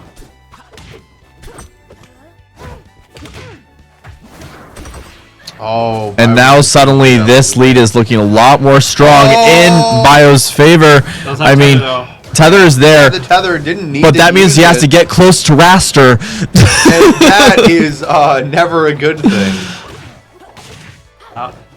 Especially when that Raster happens to be actively attacking you. Carried. Oof. And missing the wall tech, and that will be killed. I mean, even if you made Already that gone. wall tech, it's gonna be hard to get back from that. Yeah. Yeah. Even for Maple. But Juno putting up a very good fight. Definitely one of the stronger fights that we've seen against BioBurb. Probably on par with Kendrick's fight against BioBurb. BioBurb has just been steamrolling through the competition. Entire tournament. I want to say BioBurb was top 10 online. Don't quote me on that. It wouldn't surprise me. Just finding that down Straight strong up to right Fasok, there. Not even like Nonchalant. no chance to make it back there. That was just enough knockback to blast him. Juno trying to get some sort of extension here to get a kill on Raster. BioBurb in general has been Not able to get a re-wrap or anything. Maybe there's a wrap. I thought there was a wrap. Because Raster is very much a kill percent here. Juno just needs an opening to actually take advantage of that. we're just seeing so many of these little mix-ups, which Juno isn't ready for. Yeah, breaking out the ground. BioBurb getting another down throw into the down strong, and another one just to clean up the stock. There was not much that Juno could have done there. Like we were talking about. Juno doing a really good job of baiting BioBurb though. And then immediately getting hit with the up tilt into the down strong. You know, ledge. we were talking about Fleet earlier and about how Fleet has like down arrow, right, to pressure, but Raster down strong is just so aggressive on wall when so many characters have to climb. Dangerous. So many characters have to Dangerous, climb. especially against Maple too. Yeah. Because like Maple's really like Maple's main recovery options are straight up. yeah, like So- you have to go straight up unless you have a tether. Mm-hmm. And if that's you- just kind of the sweet spot for Raster. Mm-hmm. Yep. Nice. And the Lily parry there. That too, like BioBurb. BioBurb is doing a really good job of immediately acting out of these parries, Mhm. not letting them slow him down at all, and just immediately carrying that momentum into some kind of advantage state. Going for the down strong Juno, now avoiding it, and trying to get an advantage state here, but it's just so hard to get on top of this bird and do much with it. That and- was a good command grab. Yeah. Mm-hmm. Just on Juno hold. Going up with that clap. Good mix up. And yeah, the thing is, yeah, Oh, the up sneaking in air. an up air. Raw up Things are there. looking a Flippin'. lot more interesting now. I understand the counter pick here because I mean having the ability to just kill Raster clean off the top like that makes it a lot more Those dangerous. platforms will help a lot. Absolutely. Yes. Oh, goes for read the read the get up roll read. in, but is facing the grab. And that F clap Strong's will going kill. up this. He's Again, a full stock deficit for Juno. Juno needs to find a really good advantage state here to get a lot of damage and get a good And kill. against a character like Raster. That's not gonna be like he's so slippery. Mm-hmm. Not Oh gonna kill, is it? no. no! If it was R1, it would have. Yeah, that's true, but Going for the reverse scrawl misses it because Juno is DIing out, but that Yeah, one will win. there. Perfectly BioBurb setting up. just Another clean 3-0 by Bio. And that just goes to show how strong of a player Bio is. Oh yeah. To like get a kill on somebody that just tore apart like another Sego. very high Yeah. level player. mm-hmm. And honestly, it might be the box difference. It might be the box difference because that's what. Maybe. Because But the box difference sometimes can't make up for everything, right? And I mean, we just saw that. no, I'm saying that Bio uses box. Oh, Bio uses box? Yeah, Bio uses Bio- box. Oh, I thought. Maybe they don't do. I don't know. Yeah. But like, I don't know. but I mean, Alright, let's see. How is Luke looking? So Anakin Skinwalker over John Wick. Ooh, game 5, wow. wow. Like, I definitely struggled quite a bit against John Wick, but yeah, going game 5, that's pretty good. Mm-hmm. Watermint of Fishing, Poly 2, Muh. okay, and 10 5 with Flatline. Wow. So we'll see who they're gonna put on stream next. Gotta run through. Yeah. Plus they're It looks like they are. okay. Well, we might have I a bit of a break then. mean, I do hear game noise now, like some again. Potentially. It's also possible that a game just has been reported. Oh, okay. Yeah. We're getting Anakin Skywalker and Anakin Waterman. Okay. Hey, a fun set. Mm-hmm. Hi. Welcome. Just Awesome. probably a good idea. Are we wise? Okay, we'll keep yapping. Okay, we're yapping. It'll just be a little quieter. Or a little louder, maybe. Probably quiet. Blah blah blah blah. Oh my God, it's Raster. Wait, it's not Raster. That's It's not- That is Zetterbird. not Raster. It's Anakin Skinwalker and Waterman. It's that fucking bird that I hate.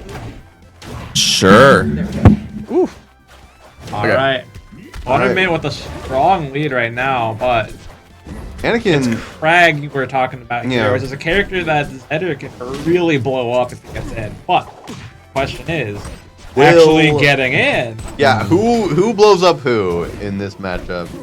What it comes down to. Anakin Skinwalker, of course. Waterman's showing some great patience. Yeah. Playing around all these hitboxes, knowing when.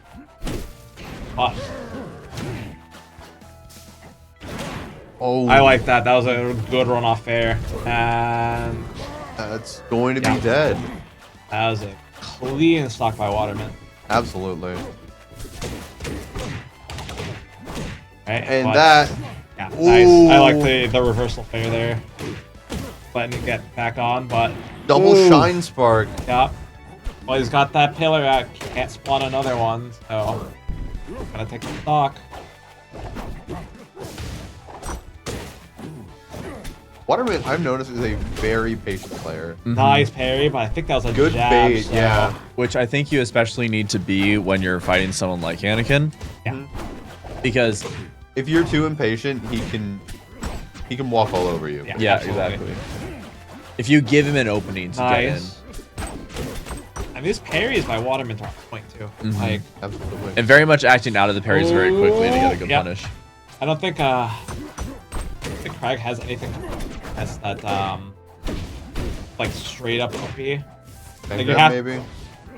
Maybe It'd be funny. it would be funny. Like you can get to the side of him, but ace recovery. Yeah, very careful, very thoughtful, trying to avoid any chance for Anakin to really just dunk and remove the ability to Ooh, uh-oh. fight. Oh, yeah. Such a tense situation. The F strong Good not TI gonna be though enough. to survive that. Down tilting the block. I mean, this Oh, is almost That getting was a would've been a beautiful cool setup. punish. That would have been so awesome. Yeah, just held shield yeah, a little yeah. too long there, getting Getting down Anakin a throw. chance to. See that up. But this is Zetter at 150. Craig just needs one good opening. I mean, honestly, probably just a fair is good enough to I kill like that here. run down shine. Yeah. While he's sitting there, not much you can do there. Yeah, And yeah. The killer falling ledge just a hug. little too low. Can't make it back up there. It's the thing you kind of like need to learn against Crag is that if you will go down there and threaten him when he's on pillar, he can do a lot of scary stuff, especially in this game while being on pillar. But if you're not afraid, you can get an insane advantage rate out of it. Absolutely. Are you judging me, Juno? Fudge.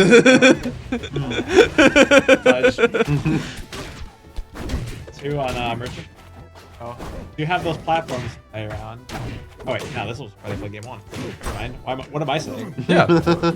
I get it though. I mean, it was a very close game, and I think that Waterman sort of noticed his mistake there and is like, okay, I can just not do that, and probably keep it pretty even. Thing too, Anakin Skywalker's adaptations too. Yeah. He is currently taking what he learned from game one and just using it to steamroll Waterman in game two.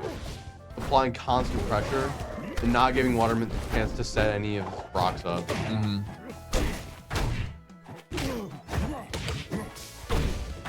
Like one nice straight hit, either even better at. I don't think he had enough drift back to get another quarter there.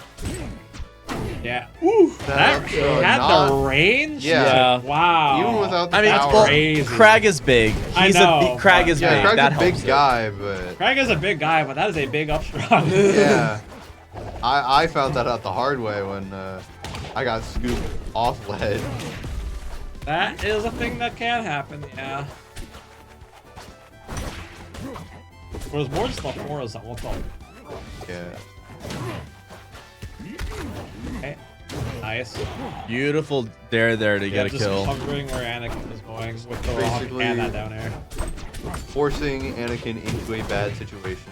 Mhm. Which Rock. is what Crag does best. Absolutely. But But now he you is are. a big guy. Which means he gets put into bad situations a bit too easily Waiting himself. at the parry there. Nice. Get that little extension while taking center spot.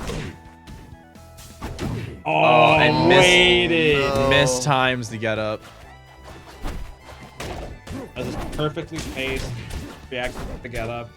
Beautiful.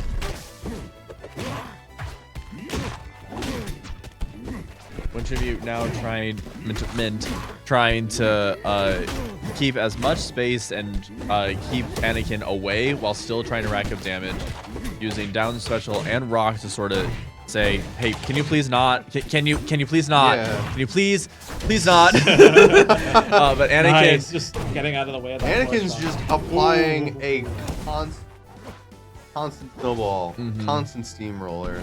oh, Go yeah. right out there. Just go as deep as you need to just to Absolutely. take that stock. You have a stock, you need to go for it. Yeah. Yeah, I was gonna point out, Waterman, been liking the rock use. Like, he's not pulling rock in any unsafe situation. Right, But- which is incredibly important. And then trying to capitalize the most off of rock once it's out, instead Right, of just like sharding because, it.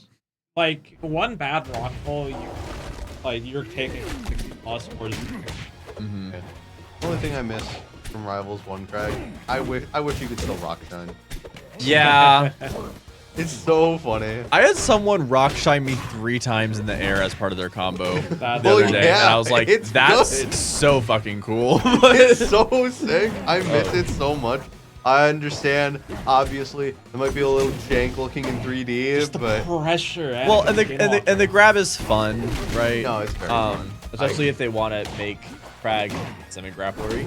But that will kill on this stage. yeah, it's Yeah, very probably just close held a blast little too far out, but like even if you hold in, you're still bad.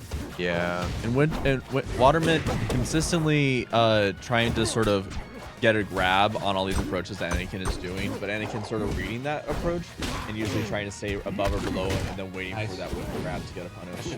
Rock and that. Good. Wow. Yeah, I was gonna say. Wasn't too sure if that was gonna kill, but I guess so. It was a little tight. I think if Waterman, or if Anakin Walker It probably needed it. had perfect DI. Oh, and just shining him all the way across the stage. And this is so much damage, but that's an SD from Anakin. Uh-oh. And now Waterman has a great opportunity here to just get a bunch of damage in on Anakin. Potentially secure game 3 here to go to game 4. Getting a an lot of damage, extension. as we were saying. Anakin being patient, waiting for Waterman to make a mistake in his movement so that he can punish it. Nice. And Yeah, that shine, that that's was, good patience. Optimal. That is very good abuse of Waterman F was special. a little too impatient there with Waiting for that the parry. side. Nice. able to get the F strong there. I mean, honestly, if Anakin is very careful and gets a really good advantage state, he could still win this very handedly. But if Waterman is able to get a good semi-advantage state or throw Zetter off stage just a tiny bit, I mean, it doesn't take much to kill Zetter here. Skinwalker is doing a really, Missing the really forward good air. job of just constantly hitting Waterman, keeping him out of. Just the perfect angle to Yeah. step on. Able to get the fair Perfectly. and gets that fair as well. Yeah, perfect drift away to get that forward air. Yeah. But that was Waterman very did close. not have a lot of space on that stage, I must say. Yeah, but that was very close for an SD. Mm-hmm. You know what I mean? Absolutely. I think that, yeah, a stage change is a good idea by Water, or I guess this is Anakin's kind of Yeah, this is pick now. Anakin's pick. Oh, jeez. And now we have that moving top platform that can just give Zetter so much maneuverability to just shine all over you Yep. Nice. and just rack on damage.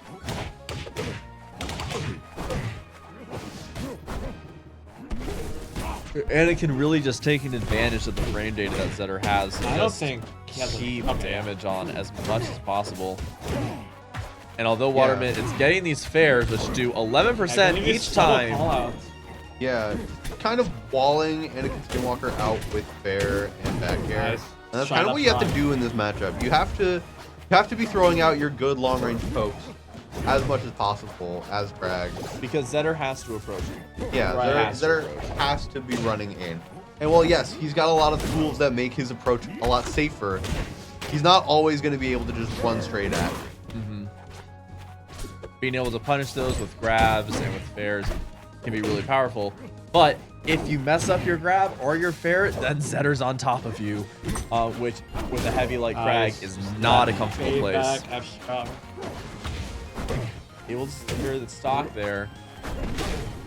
I like the attempt. I like the Yeah. attempt of getting that parry on that pillar, but just broke. Get it? Yep.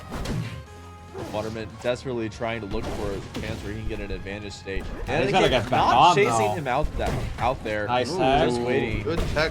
But yeah, Manages it to was. recover and Yeah, I was gonna say nowhere you could have gone. Yeah. Walker's covered everything. Yeah, Zetterberg's a really time covering every option at once. Yeah. And it's Especially if you don't have a. yeah. Oh, just. See, that's That a get-up, special getup. yeah. Like It's you would not think it's bad. easy to parry, but like Yeah, it's deceptively slow. Yeah, it takes a very long time for it to come out, which can make it a lot more awkward to punish. Yeah, you just kind of have to be practiced in that. And Anakin Skinwalker's a little slow. Trying to Or, get a little fast, I should say. trying to Yeah. get a punish off Does of that manage to pillar. carry the down special though. Isn't able to get one though. And now Waterman is at a lot of percent between a Pillar. wall and a Zetter. Nice. Staring at each other just a little bit. I wanted to see a forward throw. That would have been funny, but I don't know. I don't think it would have killed there. And parrying the rock Yeah. to knock Brack Hold it down back. a bit. Denying Waterman's attempt to get back on stage. Able to get a fair there. Yeah. Another Easily forward air kills Zetter hitting- here. Hitting Zetterburn out of up B. The back air to snipe him again as he's recovering. Yeah. Anakin Skinwalker manages to touch stage. Not gonna get to down air. Little. This is Anakin at a very Okay. high Oh, percent yeah. here. A good hit from Brack. both players are at 170 plus. But one has 2 stocks and the other has 1. Exactly. And like Anakin that's it. Anakin And- manages to get a shield break Just there. the amount Waterman of not pressure. able to get out of that pressure. Yeah. Very well played by both players, but Anakin Skinwalker was just, got going a little faster and it And- just kind of he walked all over. And really showing how much Zetter can just sort of walk over these heavies. Yeah, showing how much Zetter can kind of walk over the cast. honestly. yeah. Alright, I think I'm gonna get some friendlies in. I might be back later. We'll see. I have dishes that I need to put away, and then Somebody I will join it. I'm I chilling. also I'm comfy. I should probably get home. Actually, it's You a have little to late. get home? I have to wake up in the morning, man. I have to wake up in the morning too. Yeah, but I have to I'm wake up. an hour drive away. Okay, you have an hour drive. What time do you have to be up by? I work at 8. I got it. Yeah, I'll play R1. Okay, never mind. Well, it looks like commentary is going to be empty. So have a good night, everyone. Everyone in the venue. Peace out. Everyone's leaving me. Oh my gosh. All right, well, there's an open commentary spot for anyone that wants it. Where did I leave my phone? Hang on. I'll be right back. I left my phone.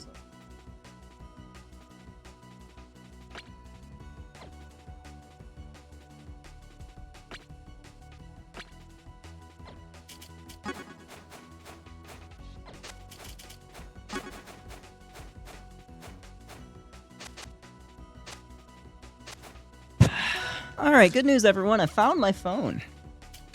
Hello.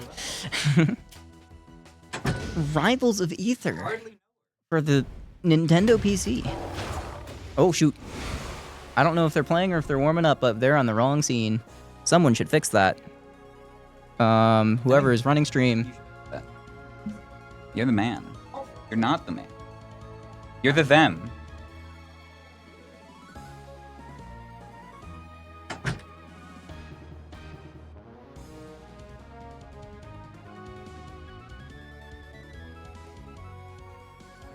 Oh, you got the stream set up in here as well? Beautiful. Oh boy, I get to talk about Zetterburn Rivals of Aether. I love Zetterburn Rivals of Aether. Alright. Things are started.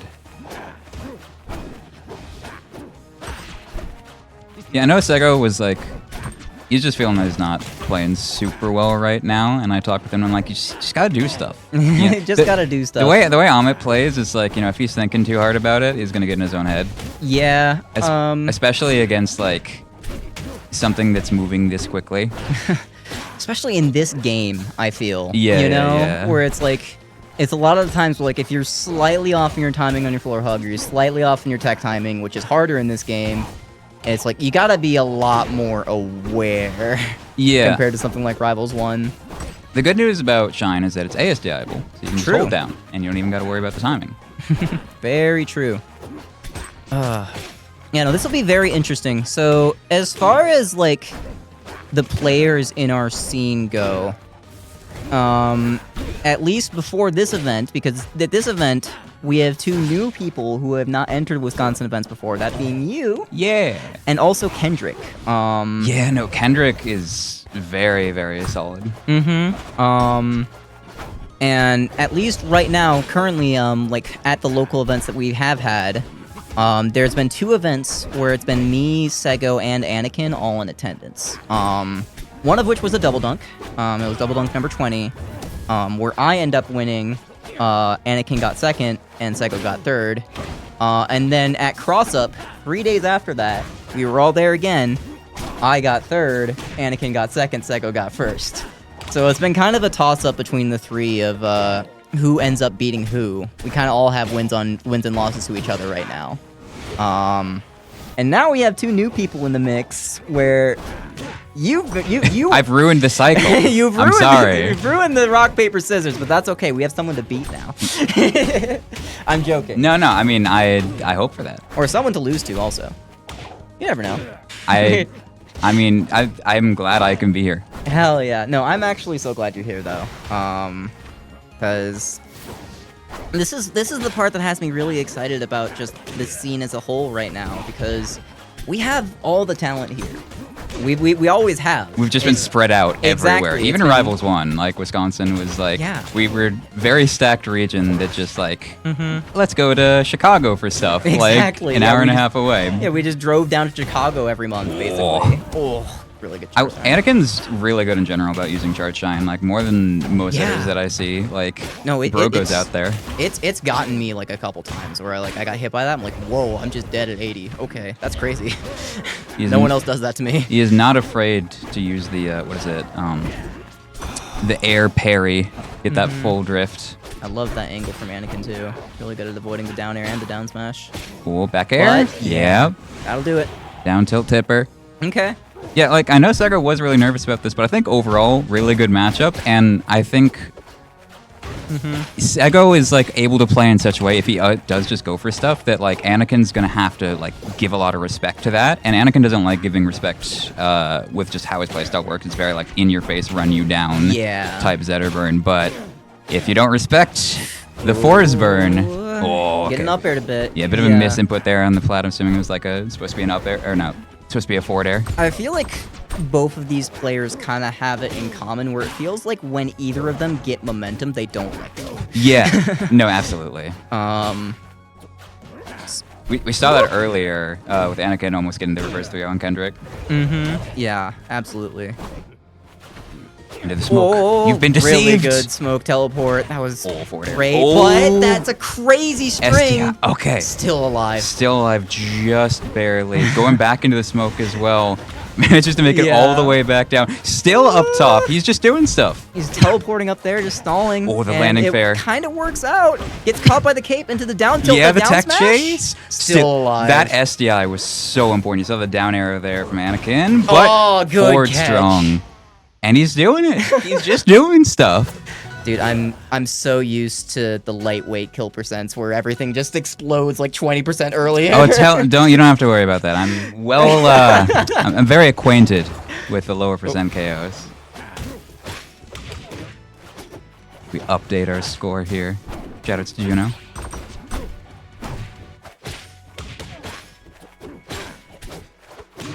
All right, let's go. I got it all. I'm running the stream, I'm doing the TO, I'm doing the commentate. What can I do? Alright. Beat me in bracket, apparently. apparently there's that. Yeah. I had to. I saw the opportunity. Look, I'll get it yet. Are you- Just like maybe 3 more sets. No, I had a lot of fun on our set.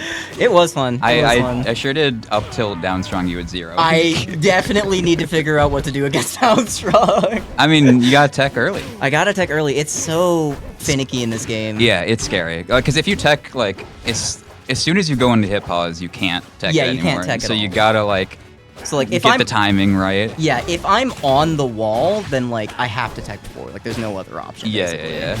Ooh. And the other thing that was catching me a lot too, I noticed this as I played more, is that because I would go for up air so much, I was holding up, I didn't PI at all. Right. And so I just went straight down. I noticed that a lot too. And it's like, okay, just things I need to learn and adjust to. For sure. Yeah, Maple Raster's like a really weird matchup because if I do get you off stage and I hit a down strong, like it's GG's. But you get the up air juggles and you have a lot of like pressure with wrap and all of that. Mm-hmm. On to the set at hand. Ooh, yeah. This is the lowest blast zone in the game and Force burn at 90%, so probably KO percent? Not if you're not on fire. Not if you're not on fire.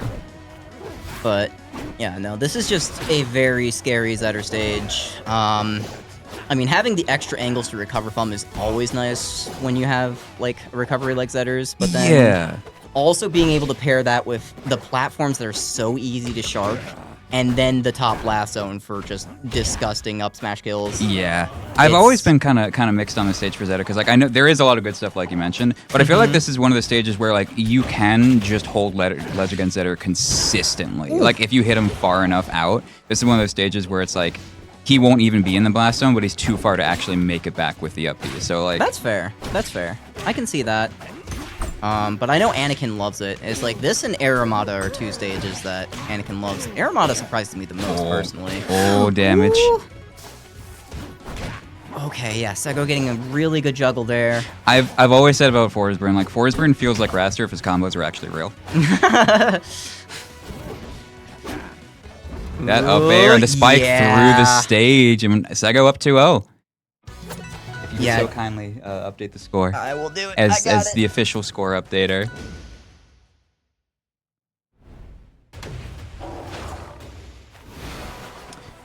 Fire Capital. Yeah, I definitely agree with this. Yeah. I think like Sego's been getting a lot of mileage, like in just kind of threatening to send Zetter off stage, and when the stage is massive, there's a lot of room for Zetter to do Zetterburn things. For sure. And I will also say this personally, as someone that has played against Sego for like years now. Sometimes you just want some room to breathe. Yes. You know? Exactly. Like sometimes you just want some room to breathe. And I think it's interesting with Anakin in particular, because you mentioned how aggressive he likes to play. Like, I think to me that's more so his layer. Wow, that was a crazy dunk.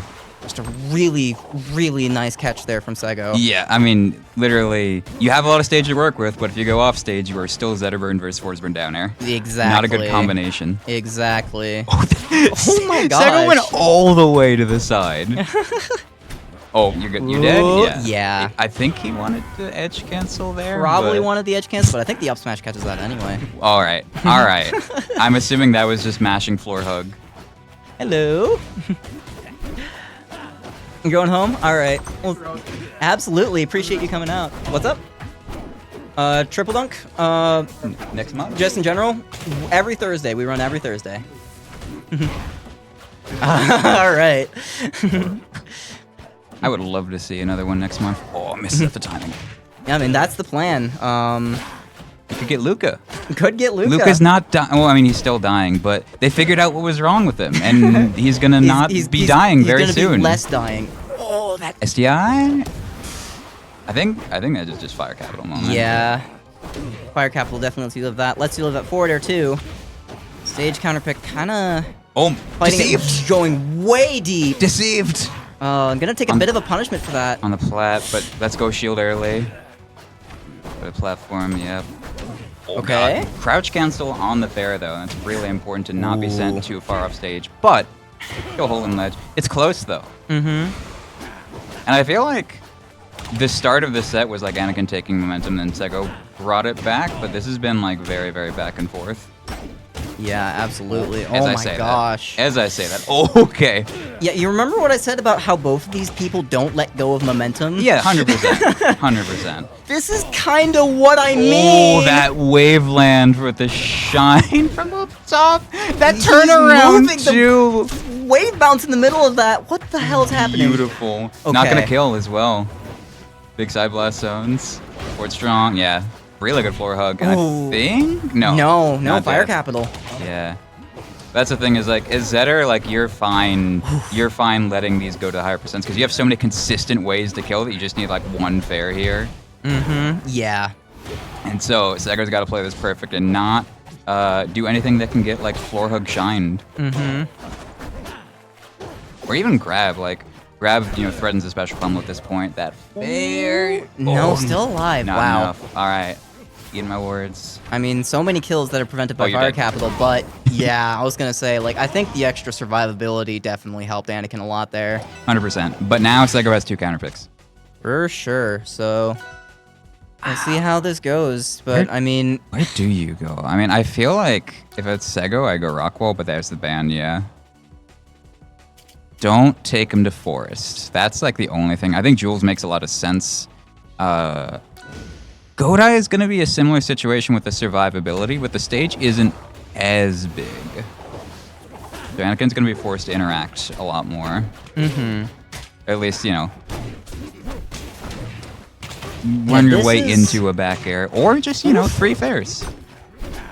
I mean, this is interesting. It's definitely, like, as far as stage width goes, it's a smaller stage than Fire Capital, so it's going to be easier for Sego to force his way in. But the blast zones are still very big. Mhm. I call this stage no die delta a lot of the time.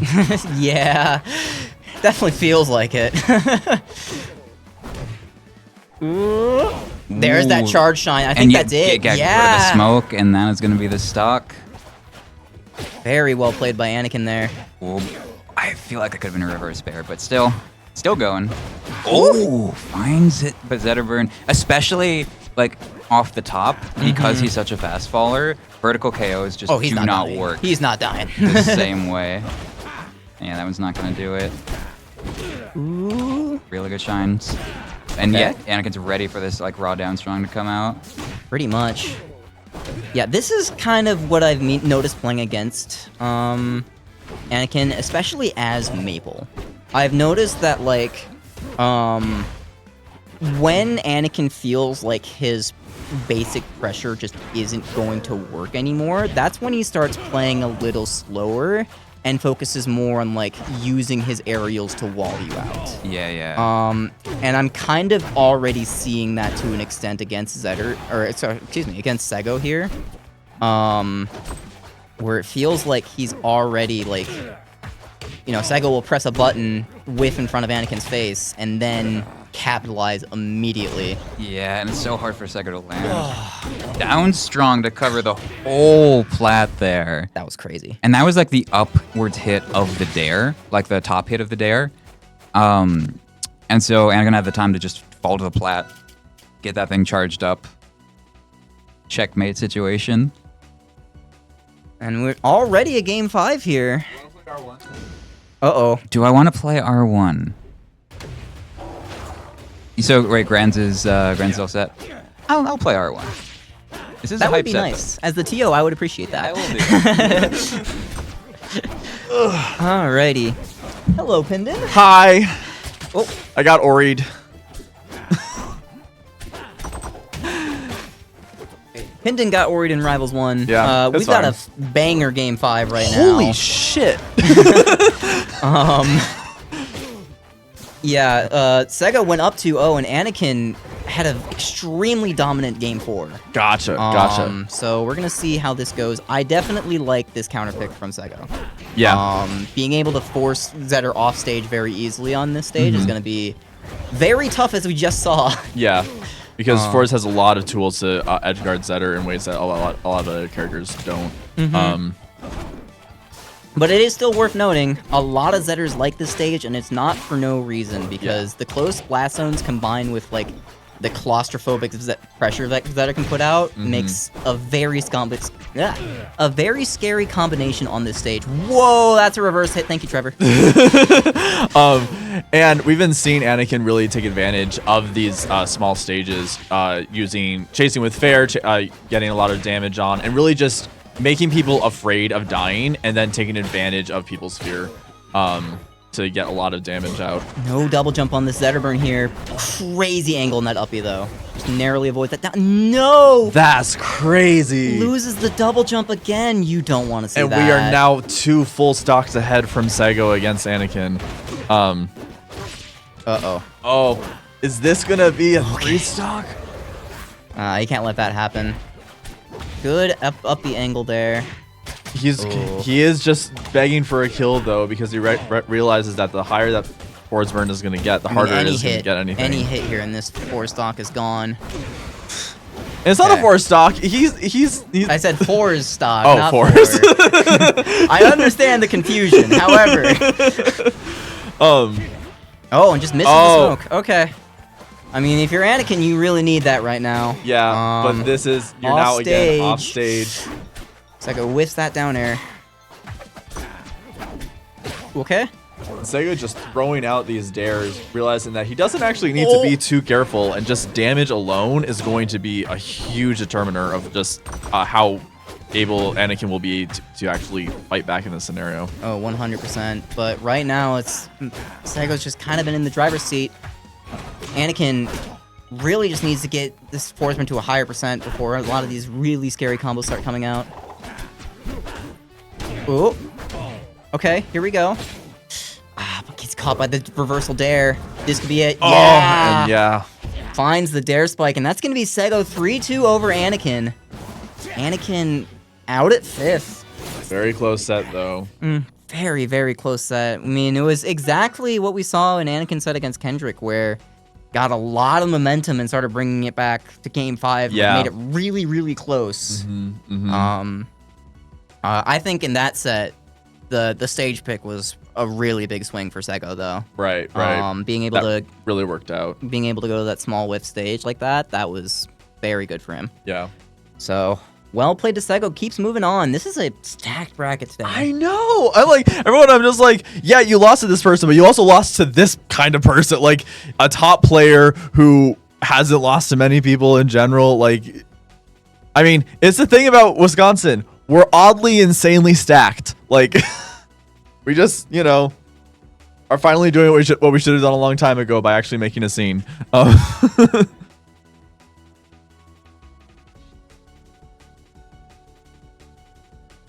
And so, we are going to be...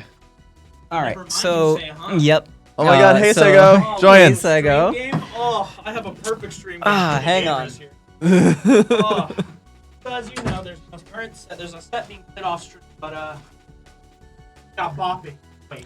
We got bop it. Got fucking bopping. We got bop it. Sometimes you just gotta relax and play some bopping.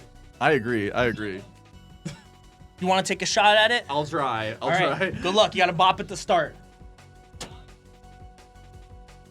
100. 100? That's the max score. Okay. Hold on, Pidgeon's kind of cooking right now. Oh! Close one, close call. Ooh, okay. Well, it's been getting you. Oh, wait, you bopped it! I did bop it! This game sucks. Let's show you how a real player plays bop. So you gotta have a good stance. You see that? Yeah. The first 3 is always... Oh, my bop it's... Oh, it might be broken. You're right. Gotta have it. You see, this reaction time, this is what makes a top player.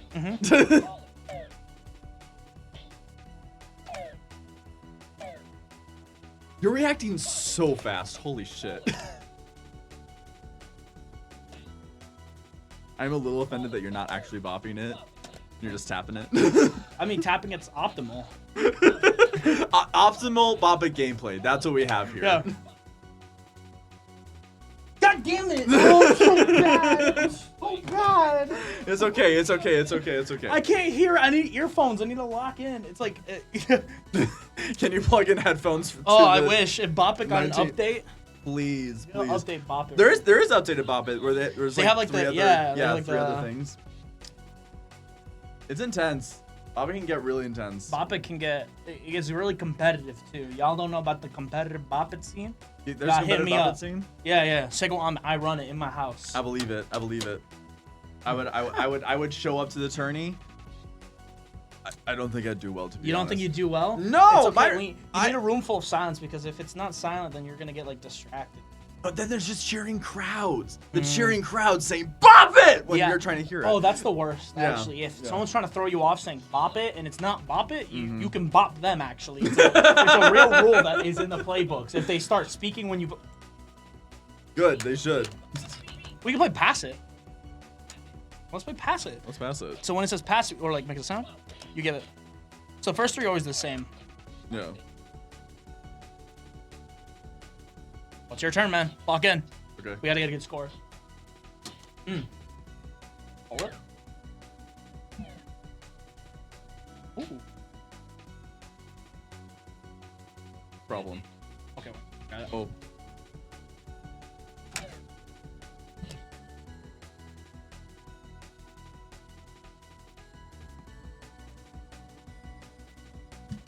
What's that? Oh. Oh. Bop it's a little sensitive.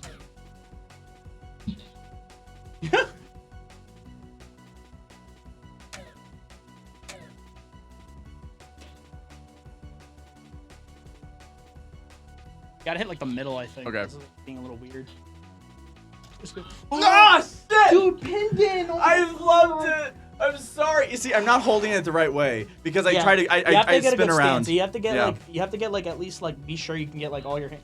Like optimal strap. Always have a hand on the pull it because I see the way you're holding it. Like, Yeah, the middle, and you're always yeah. Kind of like. And I'm doing this. Yeah. It's Always wasting gotta time. have, you gotta have like. I'm wasting frames. Yeah, you're wasting so many frames to get like, the world record. So you gotta like. If you keep your hand here, obviously you can have like slightly pass it. Yeah, You get yeah. to twist it. Yeah, I see. And then you keep your hand over here. Boom, you just bop it. I And got that's you. Easy peasy, but very high intense game. Mm-hmm. Huge meta. There's a bop it meta. Obviously we know about the 1-2-3 meta. There's Yeah. the basic start. You bop it, twist it, and pull it. Mhm, Always is mhm. the same, Is no it- matter what you're playing. So yeah, You gotta keep it strong. You know, Yeah. if you don't have a strong start too, that's true. you're gonna get messed Damn, up. I wonder how. I feel bad at Tammy off stream. Yeah. Yeah, because that set looks actually really. And Tammy's been playing really good today. Yeah. I feel like I could be playing a little better, but I feel like I'm doing. I You're just doing feel like- great. I mean, as June and I were just saying, like a lot of people showed up today who are really fucking good. I gotta practice more too, but I'm just about my girl. Olympia. Just like, She's coming. She is coming. I mean, the next double dunk we'll have her, I think, right? I mean, triple dunk. Yeah, the next triple dunk. Probably. We'll Maybe have that's to a see. monthly. Yeah. Monthly. Well, I mean, okay, so Oh, because of the RCS rules. I mean, RCS rules, are they gonna ban Olympia? Like, No, Okay. but if you. Oh, you may not have access to Olympia. I thought that I thought the beta testers couldn't use. oh, I'm not a beta tester. Yeah. No, absolutely. Then you get it right away. Then Mhm. you're chilling. Yeah, because I know that Edalus was legal in Frosty, so yeah. Yeah, that's true. So that's that's true. why I would assume that Olympia would come out and she'd also be legal because. Hi. Did Kendrick and Tammy wrap up? So Yo, let's go, Tammy! say it in the mic. I don't think. Let's go, Tammy! Tammy won game 5 against Kendrick. Moving on to That's so. I wish we had that on stream. yeah, Oh my that's gonna be God. moving on to losers finals. She has to fight. No, loser semis. She has to fight Losers Olympia. semis with you. Yeah. Yeah. God, what? I can't run away from the Zetaburns, guys. Like, I put Tammy in the losers, I played Anakin, and then I have to play Kaylee again. Well, you want me to go player? Well, so we're giving Tammy just a second. Run some ads. Oh, Yeah, that's perfect. I'd imagine you need a sec. That's valid. That's actually, I would say it's even though this is like Kendrick's like I don't know first like maybe was it like his Rivals 2 bracket offline? Oh, I'm sorry. It's okay. Good job. Good job. Okay, yeah. Cool. Well, they're Alright. gonna run some ads. Yep, so we're running some ads real quick. So before the set. So real quick, for those of you who don't know, 1 year anniversary of Madison Masters. They've been here for 12 months. And the Friday before, we're going to be running both Rivals 2 and Smash Ultimate in collaboration with Double Dunk and Dark Matter. So definitely Don't forget to check it out, April 11th. And then April 12th through the 13th is going to be the full Madison Mashers. So many fighting games, so many things to play. It's going to be really awesome. Y'all definitely want to check it out. I'm super excited. I definitely want to try and get in there myself. I want some of that Guilty Gear action. Yes, I'm super, super excited for this. It looks like... And these events are always made by people showing up to them. I mean, this is the biggest event that we've had here for Rivals, I think. Yes. No, straight up might be like the single biggest Wisconsin local that's happened. Yeah. And I mean, we're getting a lot of amazing gameplay out of it. I'm learning a shit ton. I feel like everyone is. I mean, the thing about fighting games is that online's fine, but when you have the opportunity to go to offline stuff, you really should, because it teaches you so much more. You get a community. It's just a fun time in general. And you know what the best part about locals too is? You're fighting the same people every single week, and those same people are going to learn. Exactly. Like learn. Like you can never like leave your guard down for a second, because even if you like start figuring someone out, like you'll have this happen where you play someone like 5 times, 10 times, 6 times, maybe even 2 times, and the second time it's already different. You know, like you've already started to figure things out, and they can do the exact same thing back to you. They figure these things out. They figure out how you want to play, what works for them, why you lost, why you win. Since I first started coming here, like, I don't know, 6 months ago maybe, I think back in like September or October, Uber and I have just been in an arms race with each other in R1, just constantly like I win the set, Uber wins the set, I win the set, Uber wins the set, just going back and forth, back and forth. I won this. I won 1 set today, and Uber won 1 set today. Like, it's just, and you just learn so much in general when you go to these things. Absolutely. Everyone, go to your local scene. It's a good time. It helps you. It helps everybody else. Support your locals, because we're all here. And you know what? While we're talking locals, I will shill Wisconsin Illinois Rivals Discord. Yes. Because that's where we post about all the locals happening in both Wisconsin and Illinois. Very active matchmaking channel as well, if you still want that extra practice on people in your region. And with that all out of the way, let's get into this hot set here. So don't go to this local. There's 9 Zetterburns. There's 9 Zetterburns. You might have to suffer through that, but I feel like that's any local. If you're like, an Orcane, come here. It's like Zetter is inevitable no matter where you go. Don't listen to Flatline. Don't listen to Flatline. Go to school. Anyway, okay, that's probably fair, but anyway, we're looking at Sego versus Tammy right now. You want to sneak in here? Yeah, come join. You can join if you want. And my good friend Josh Kendrick. Who's Tammy. Lost to Tammy. I wish we had that on stream, but we had to keep things moving. So there were some Johns. There were some Johns. There were some Johns to be had. There's always Johns. Woo. 2 things can be true. Okay. Zetterburn is a war crime man who I hate, and Tammy has improved a lot. Tammy has improved so much. Tammy has improved a lot. Tammy has just been getting consistently better and better at this game in a super awesome way, and is showing that by holding her own against Sego right here. Yeah, you know that thing I was talking about where when people attend locally and play the same people, they improve very fast. Yeah. And they learn. Very good example here. Yeah. Because every single tournament that Tammy has played in, she has gotten better and better wins. And it's been really cool to see.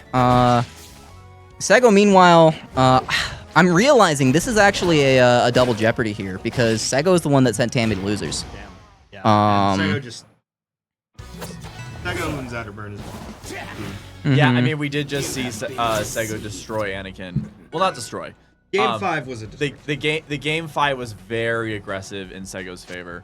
I haven't really been looking at the bracket. What do we got here? It's been a good bracket. It's been a very good bracket. Hold the dunk. Making sure everything's working. We love Rivals controllers issues. Oh, there's a controller issue in the middle of the game. W. It might be. Ooh. Uber. Oh, Uber's, Got some Uber's playing stuff. finals with Fire right now. Okay, that means I should probably go out there. Oh, for Rivals. Yeah. Because Rivals 1 is a game that exists and is good. Rivals 1 is a game. Are we still on the quest for Jake's backpack? Oh. There's a backpack there. I don't think Jake owns a backpack with all the evolutions on it. Chat, if you've seen a black Adidas backpack, let us know. Let us know. We're still looking. We're still. I don't know where it is, but if you guys see it, contact Jake Johnson. Jake Johnson. Jacob Johnson on Facebook. Okay, bye. Bye. Rivals reset. Hey, functional. We're good. We love the functional game. I love it when they make a sequel and the controllers still don't work. This game is just held together by duct tape. No. Yes. It's held together by really rusty nails. R1 was held together by Scotch tape. This is held together much better. Daniel Fernacci, listen to me. Stop making more characters and fix your fucking game. It's fine. No, it's not. I don't not. think you realize how broken R1 is, and he just left it. Yeah, because he made a new game. Is it a new game? Yes, it's not a port. It's not. It is absolutely not a This port. is not a port. If Adazog is watching, he would like kill you with his mind rays right now. Everyone wants to kill me with their mind rays. You don't know the crazy stuff I say online. In a good way? Maybe this stream will eventually hear the crazy things that I say online. I'll give you a taste. Sylve Upstrong is a get off me tool. I didn't play Rivals 1 that much, so I don't know how much of a take that is. It's ridiculous, but I believe it. Okay.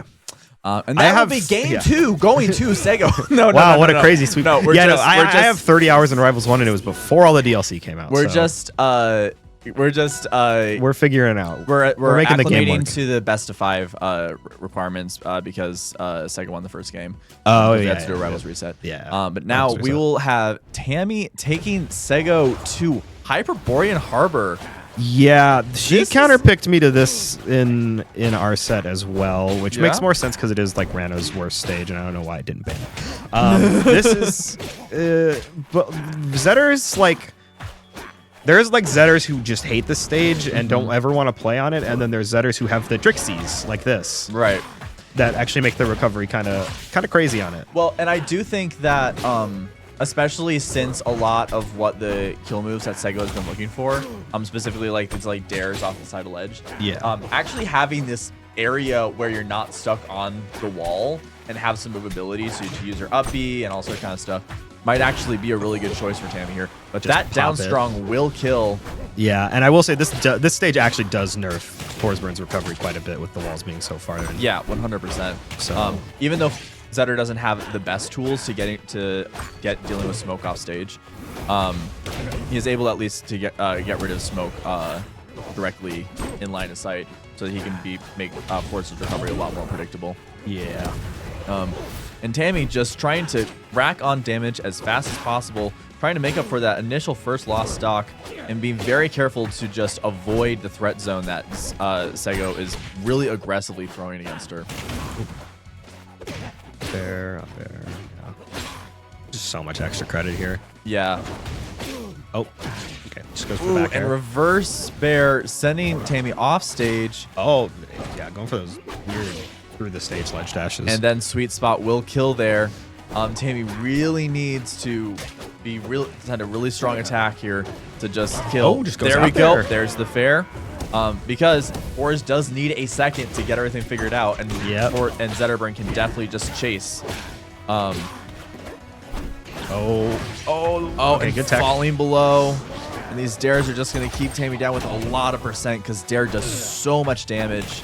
Yeah. And even like the fact that she didn't die immediately is good, but like Sego got to tack on so much extra percent on that edge guard. And it's just like looking rough.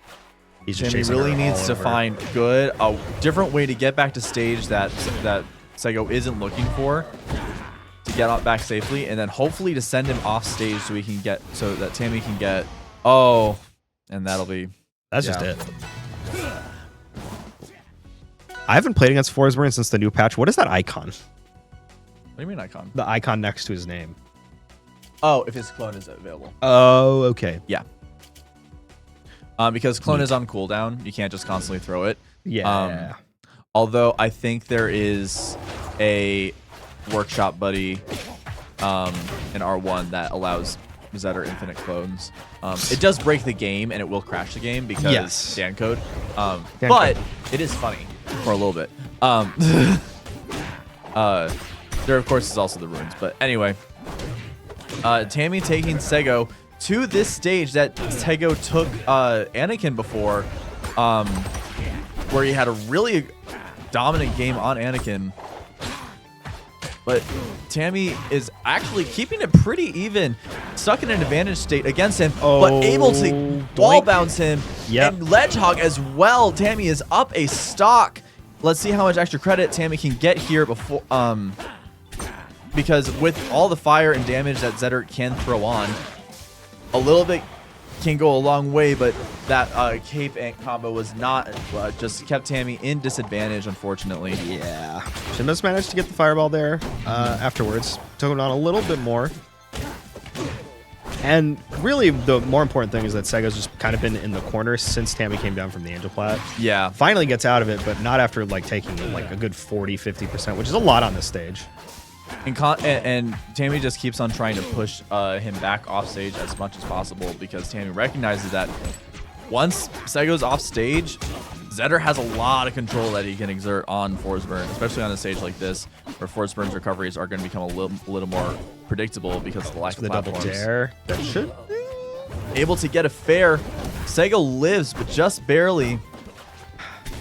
I wonder if up smash would have just killed there straight up. It probably would have. That will definitely do it. But that F throw will kill. That is Tammy taking another stock again in the lead against Sego. Oh, and gets a double up smash. Putting on, saying, hey, you have Dare who can get a lot of percent on me, but I also have my fast moves that can do a lot of percent to you. You can't out percent. This is kind of crazy because this is the stage Sego 3-stock Anakin on. I know. Tammy just. Tammy is not fucking around today and is really showing what. Tammy does. This is just showing, like, Tammy loves to just, like, get in there and really appreciates the lack of space. And that. And it's also showing really good neutral and saying getting your cookies. Yeah, I'm not going to be thrown off stage, and if I am thrown off stage, I'm going to choose really safe options to get back. God. And that's a beautiful reversal to kill off the side. Yeah. Wow. She just gets her one. She's so good at just getting her 1-2s. We're going for the skin change. Piecing out. 1-2 dash out. 1-2 dash out. 1-2 dash out. And suddenly you're at 90 because it's Zetterburn. Exactly. Rock wall. Okay, this has been a stage Tammy's been counterpicking people a lot too.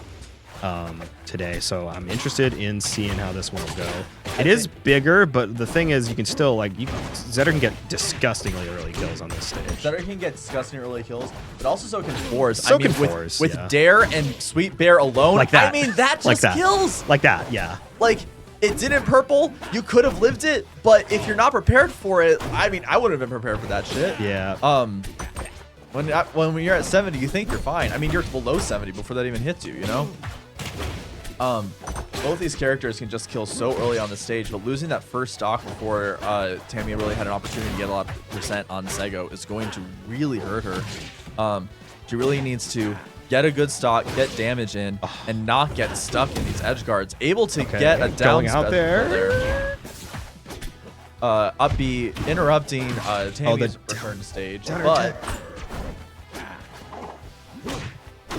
able to get an up strong, racking the damage up, and also saying, hey, I want stage control. I'm not going to give this up because I know that the second I'm off stage, I'm in a much more dangerous situation. Just to go in for the down air. Because that dare will just kill. That dare will just murk you. You will die. I mean, that should have been a purple. I don't think there's any way that anyone could live that. Yeah. GI. Okay. Oh, missing the Gatling. Yeah. Okay, that'll kill.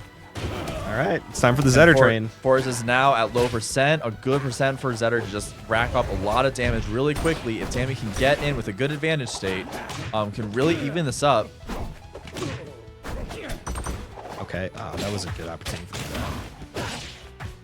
Oh, but Sego's just hacking it on, going for the cape. A big combo from Forrest Burn, doing a lot of damage, and Zetter's off stage. And I don't think there's enough resources. And that will be Sego taking that game 3-1. But Tammy not making it look easy by any means. Better than it was in winners, I think. I think it was a 3-0 in winners. Tammy fighting for her life and really showing what she has to offer. Very amazing performance by Tammy today. Everyone claps and shout outs to Tammy. And now we will be moving to a rerun of Sego versus Juno, where Juno, I don't want to say obliterated, but was not kind to Sego in the winners semis match that they had with each other. It'll be interesting to see what they can actually how if Sego can adapt a little bit and not be as steamrolled by the Maple that we've been seeing Juno so aggressively hold, because we haven't seen BioBird fight Sego yet. Bio has had a chill run. Just 3-0, 3-0, 3-0. Yeah, he hasn't dropped a game. Nope. Jesus Christ. Dodged me. That top player difference. Dodged me. Not that like anybody else didn't. Not that these other players aren't top players, but Bio's always just been on a different level. Go for it.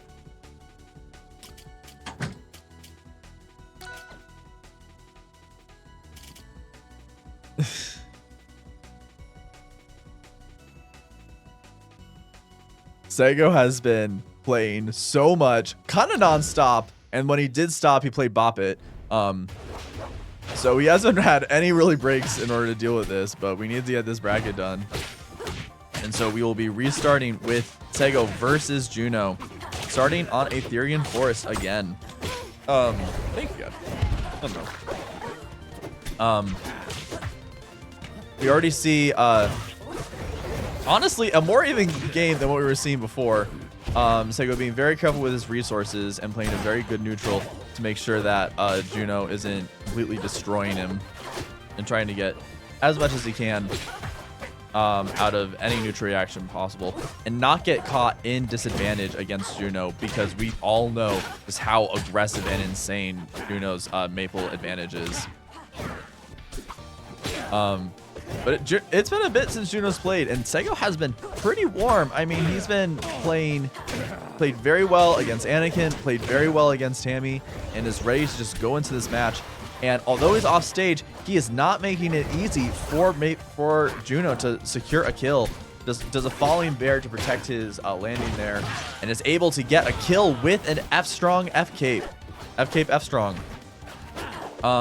And now we have a stock lead for Sego here. If he can get some good extra credit, doesn't matter when there's Maple Tether. Again, back down to even stocks here. And we might be seeing the beginning of an advantage state here from Juno. But getting a good floor hug there to negate the upcape that, the up tilt that Sego threw out. But it is starting, sorry. Juno is starting to run away with a little bit of advantage state, but not able to keep it as consistently as she was able to beforehand. That is a dead clone, not a dead Sego. Able to get back to stage thanks to Terry. But Sego is at a higher percent here. But if Sego can keep up this edge guard, could spell a lot of problems for Juno. Juno able to get back to stage though. And we see Sego trying to just rack up damage, with these dares, trying to get as much as possible because he recognizes that if he doesn't have that damage on Maple, he's not going to be able to get Maple off stage. He's not going to be able to secure these kills with these bears that he's probably looking for. It's at a very high percent. Definitely something that Juno could get a very easy kill off of if in the right scenario, such as a dunk kill. But that down strong surprisingly didn't kill. I thought it would have. And that down strong will kill though. And now we have a combust on lock. That is a interesting. I don't like how Forza looks there. But this is looking much more even than the set that they played earlier, with Sego very much fighting back against the really strong advantage stage that Juno has. Juno really struggling to sort of get one onto Sego. Currently, Sego with the percent lead and really just carefully looking out for Juno rushing in and trying to punish it. Really relying on this sort of bait and punish strategy.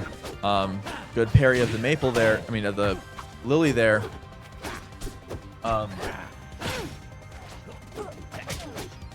Oh, and now Juno off stage with only tethered to 4s, able to get back on stage. Both of these players at very even percent.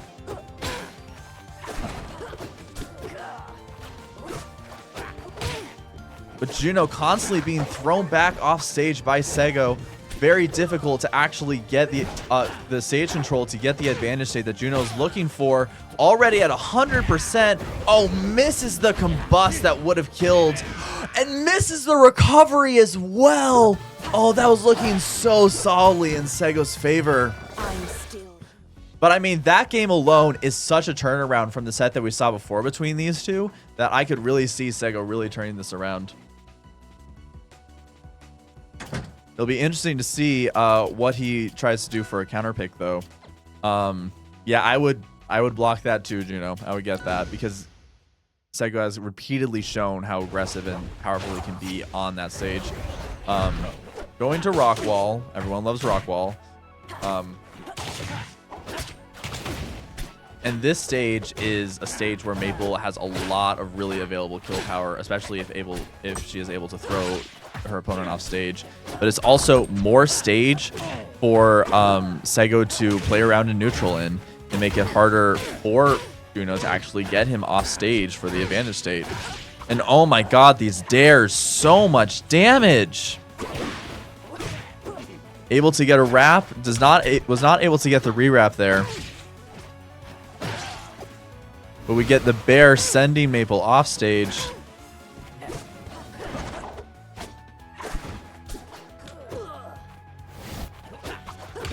And Sego once again in the lead here, showing that what the set that we saw before is not reliable, getting a clone pop into the down strong to kill there.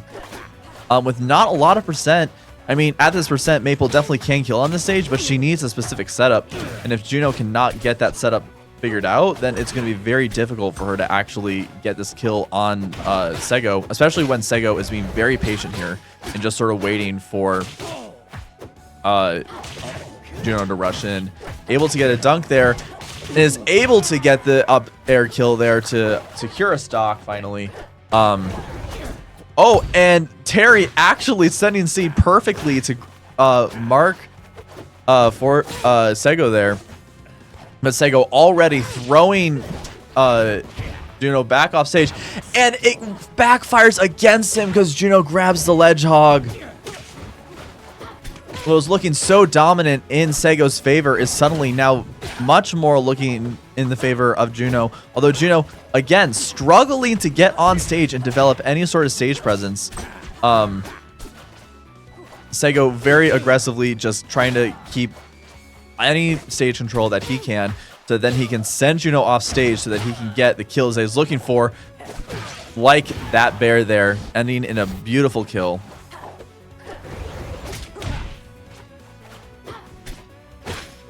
And now Sego is in a good percent spot right here, despite getting a little screwed on that last stock that he lost. Oh, but that Oh, that dunk will kill. That was a backwards fair, still sending down. That's crazy.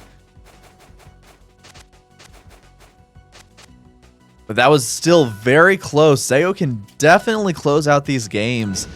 He just needs to play very tight against a very fast character who does not allow for many options of error.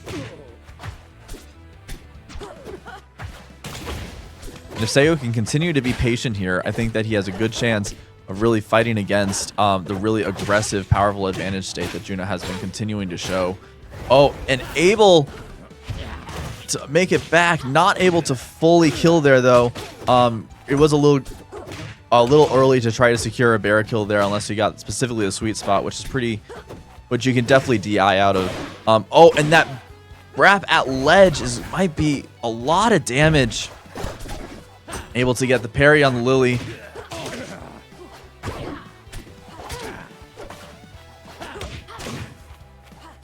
But we're already seeing a very strong lead from Juno here, as well as being able to sort of hold the stage control that she was looking for so much that last game. That F tilt for some reason killing. And then trading the stock, going back to 2 stocks each.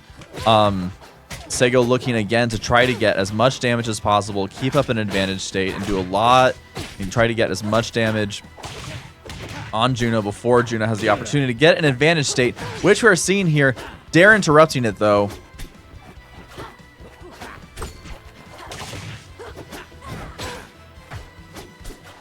Sego trying his best to just sort of not box out Juno and wait for any mistakes that Juno's making. But Juno is not one to just make haphazard mistakes. You really have to force Juno into a situation to where you can actually create this edgeguard scenario that he's really been hungering for. And able to secure his stock with that F cape. This is looking very good for Sego. A very reasonable percent to live and do a lot of extra credit here. But almost a double dunk, almost a triple dunk there. And Juno able to get back again each stock. This is tournament stock for Sego if he can't kill Juno here. Sego being very careful, trying to avoid this advantage state as much as possible, while also still needing to get in to do damage and really put the pressure on Juno to actually say, listen, this is my stage, I'm controlling it, and you don't get to completely run haphazard over it, but is off stage with a lot of percent.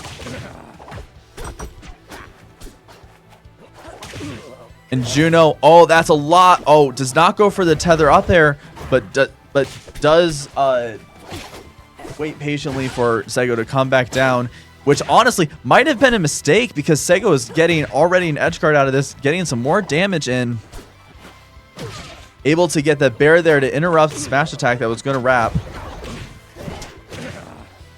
And that, and that's going to be getting rid of the smoke. I don't know if there's enough resources. There are. Sego gets back onto stage and is trying his best to not get caught in this edge guard, but that dunk will end it.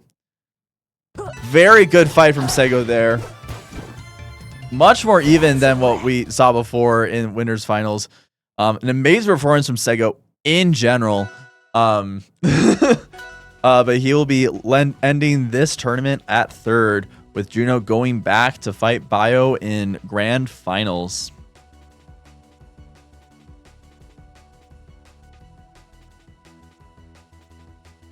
You have something to say? Yeah, so I'm here in grand finals, but before we get into grands, I did want to run the ads one last time. Mm-hmm. So, for those of you who did not catch it the last time, 1 year at the lounge is Madison Mashers. This is their 12th month here, and they're going to be we're partnering up with them. They're doing an awesome event that weekend, and the Friday, Double Dunk is teaming up with Dark Matter to run a Rivals 2 and Smash Ultimate event. So it's going to be Friday, April 11th. Rivals 2 will be there. We're going to be there. I'm going to be helping run it, and I think it's going to be an awesome time, especially because later that weekend is going to be the full Madison Mashers with a whole bunch of different fun fighting games. I'm very excited for it. I definitely want to play a lot of those fighting games personally. But I can't think too much about this yet because I've got a grand final set to play. So with that all out of the way, I'm going to run out of here and go back play my set. All right, good luck. Prove that Maple's the better character. All right, and we are going to be having the run back between Juno and BioBurb. Juno needs to win 6 matches in order to get this to fully win this bracket. Hello, please join me in comms. Single comms is hell. I'm so sad that Anakin didn't make it to Grands, but I know. BioBurb and Juno, you can't really ask for a better matchup. Also, shout out only Raster. The only Raster. Only Raster. Because Raster's not easy to play in this game, especially if you don't know what you're doing. Oh, but Bio totally knows what he's doing. Yeah, I warmed him up for Grants. Yeah. And he was not playing easy.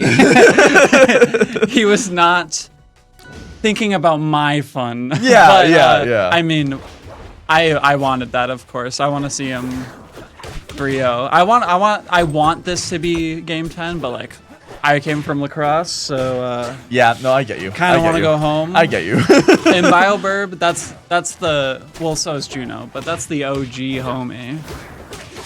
There's room for join. Everybody, come on in. This is oh, by the way, I'm Popcorn. This is Fish. We don't care. Logan. And this is Swamish Weston. You've got the entire lacrosse carpool. Yeah, let's go. Right. We got lacrosse and Milwaukee commentating Milwaukee versus Madison. Perfect. Unfortunately, we all went 2-2-2-1. Something like that. I think me and Logan went 2. Nothing really mad about that, to be honest. I mean, this bracket was so competitive in general that honestly, anyone who gets anywhere in it should be just very proud. And that will be actually not the first stop going to BioBurb. Yeah, we were. sorry, chat. But this is already looking a lot more even again. I mean, in the set that we had before between Juno and BioBurb. Juno kind of got deleted by stuff like that. But misses it. But yeah, no, Raster always has enough resources to get back on that. Yeah. And that will spike and send down. If you miss that wall tech, you're just screwed. I mean, like, I feel like wall teching was made harder in this game, and I feel like Raster is a character that takes a lot of advantage of that just because of the amount of pressure that he has at ledge. You're alive. Low key, when I wall tech, I feel like I have a million frames to wall tech. I mean, it was more in R1. It's very nice. Like you don't have to try an R1 to wall tech. I liked the setter thing. You can't do the wall tech as much anymore. Yeah, but yeah. I wish that just buff setter again, please. We need some more. Bro got nerfed 3 separate times. No, listen. We have too many Zetters. Zetterburn is the most nerfed character. I'm not gonna hear it. I'm not listening to you. Craig. No, Craig hasn't been nerfed as much as Zetterburn. Yeah, but are you talking about quantity of nerfs or quality of the nerfs? Because if we're talking quality and quantity. Remember that down air? I very much disagree in so many ways. Remember that down air? The down air that started right here? I very much disagree in so many ways.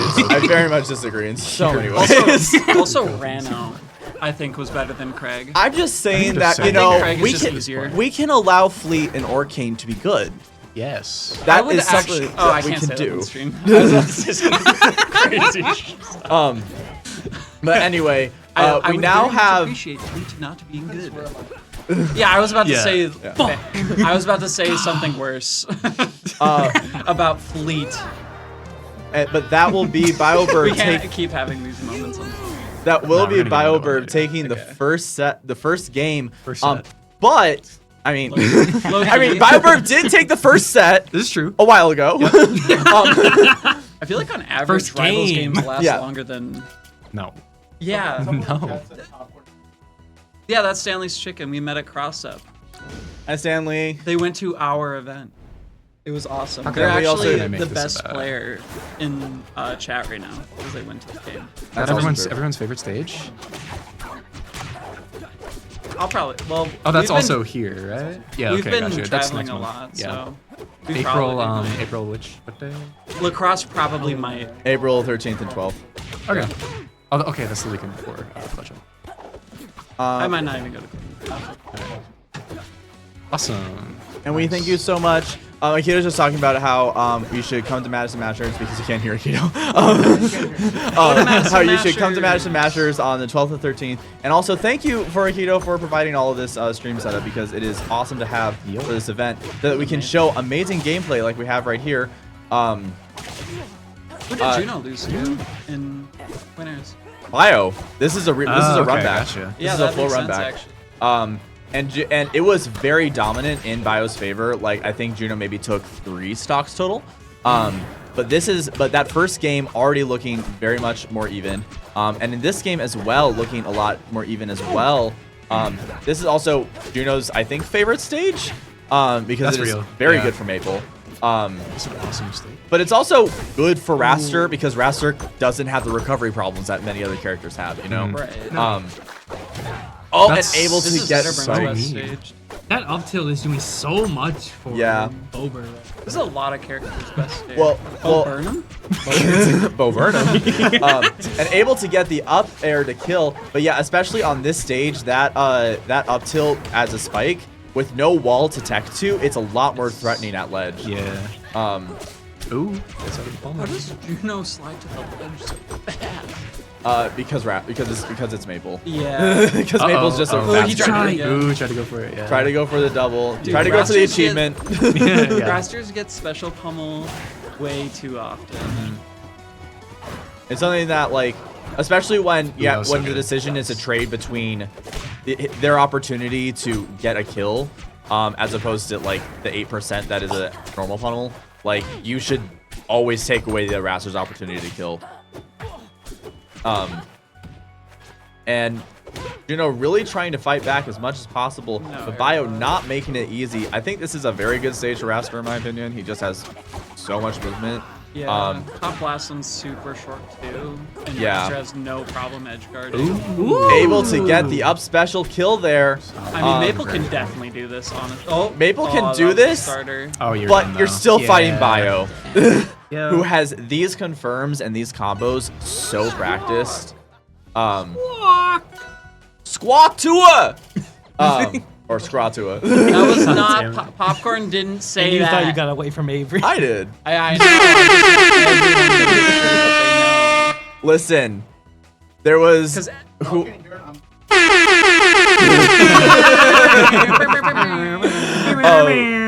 Squawk 2 over.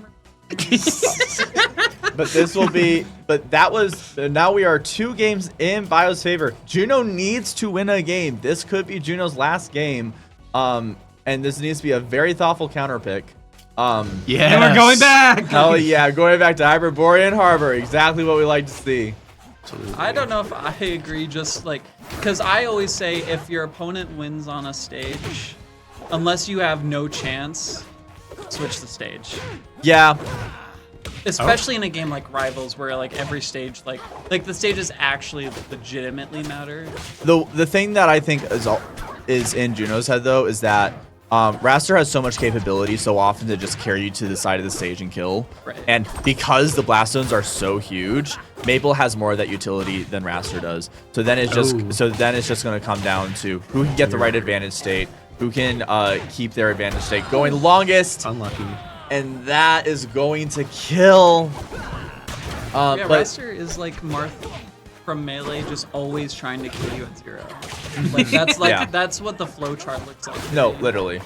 It's very combo based. It's very try to kill. Able to get the Nair kill. Keeping it even, but stuck above Raster, which is never a place you want to be, especially as Maple, who is a more grounded character. Not that obviously Maple has a lot of good aerial moves, but it's a character who wants to have Lily throwing out, wants to have the ability to grab.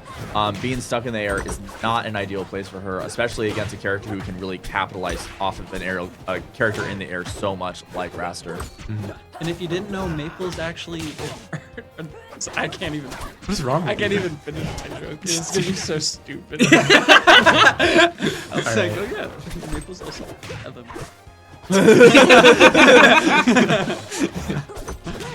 in case anybody didn't know. Oh, and that just snipes it. Getting a kill for Bio, but There we go. that's a high enough Oh, percent. no. Doesn't That's what connect I the would up say. air. With a good enough confirm here, Juno can kill very quickly. Pause. Goes for the down strong. Goes for the down strong. Isn't able to kill. Okay. And clashes. I guess not a clash, but is able to punish the down strong there with up special. Get out of there. This is looking very even, but this is tournament stock for Juno. Juno really needs to get a win here, and really try to change the momentum that Bio has been so aggressively maintaining. Dang, having Bioburb, and Juno in a. Jesus Christ! Yeah. What was that up to? Yeah, and that'll just kill. And that'll just kill. And that will be Bio winning the first triple dunk.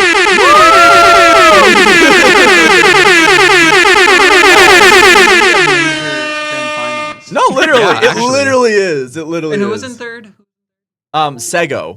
Yeah, Sego Yeah. in third. Holy It's crap. crazy. I mean, guys, everybody come to the Madison. turnout that we had for this triple dunk was so amazing. Do you want to sit on all of our laps? The tournament that we had for this tournament was so amazing, both in player base and just in skill level. There's so many people who just came here to show off their skills and really just had a lot of fun with it. Hey Bio, Welcome. how you doing? Here. Yeah. We're like, Yeah, wait. yeah, How do come here. how do we do this? Right here. You won.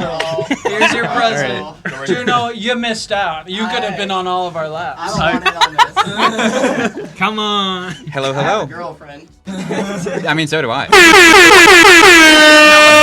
In that question. Okay. I said walk to. Hi. That one. I'm riding home. All right, so we're banning Bindon from You're commentary. banned. We actually can't ban him because nobody does commentary, so we need him. So about the triple dunk win, Bioburb. What's going on? Did you prepare at all for Not, this tournament? to be honest, not really. So Bioburb is saying everyone is free. No, I'm curious on your thoughts though. Like out of the people played today, stood out to you. Trying to think. Who is the crag that I fought? That was Waterman. Waterman Yeah. played really well. Like Yeah. I held in and got forward strong by crag a lot of times, but being able to mix up the DI in that situation is really, really solid. Yeah, no. It's really cool because Waterman, Solitude.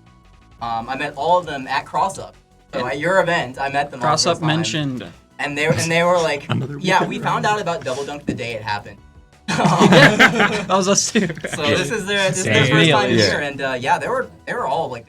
Yeah, no, the vibe I got from a lot of the people here is like the fundies are clearly there, and it just need more time with the game. But like I can totally tell if we keep doing more of these, like we're gonna have a pretty we're gonna have a really good region. People are going to get really fast. Yeah. We're coming for you, Arizona. I couldn't even name that on a map. I got you, SBS. We've got like 4 people. Three of them that have been top 10.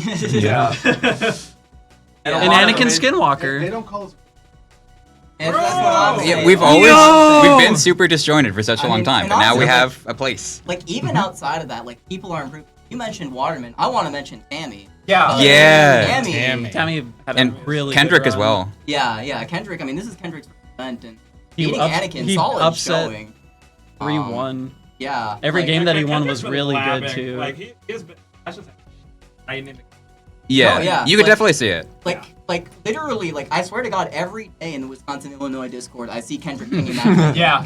Every day. single. I gotta get in Every there. day. I am in there. I just gotta You are look. in there. I gotta You look in gotta the get on that. matchmaking. You gotta get on I gotta that. look. I didn't know it was active. I didn't know we have people. We have people. Now I yeah. know. Like this is for everyone. We have an active region. Like things are just getting started for us. We are moving and we're improving, and we've got so many good players. Yeah, yeah. I mean, thank you for hosting this in general. Yeah, Keto's buying the game. Let's go! Okay. By the way, if you do not own the game yet, it is currently on sale. Yeah, 30% off. Yep. 30% off. That's probably the biggest sale we've had so far, right? Yeah, absolutely. So. How about the game, but my laptop can't run it? Yeah. Let's go! Let's go! Pop the game, and if you ever come to our locals, I'll teach you how to play. You know? Literally, honestly. I'll sit down with anyone. And if anyone like is just curious in the game and doesn't and isn't like, absolutely, don't worry about being a good player to come to these things. It's more about having fun and building the. We obviously have very talented people here, but it's also less talented people, and people who are just looking to have fun and enjoy the game. Yeah, I mean that's what locals are for. Yeah. It's to meet people. It's to like just play in an offline setting where you're not unranked and you're not, there's an actual human being next to you and you're not angry at them for existing. And You can just talk to them. you can just talk to them. It's like, hey, how the heck do I DI that? Oh, you hold out on that? Okay, cool. What was that? Keep moving on. Keep improving. It's the fastest way to improve. Yeah. By going to the local. Yeah. So. Definitely happy to be here. And if anyone watching or here has any questions about the game, feel free for y'all to hit me up on Discord anytime I'm around. So I definitely want to do what I can to help the region. And yeah, thank you again for hosting this. Yeah, and I hope I see you more. If I can get it right. Yeah, I promise. I'll try to grab them more. Yeah.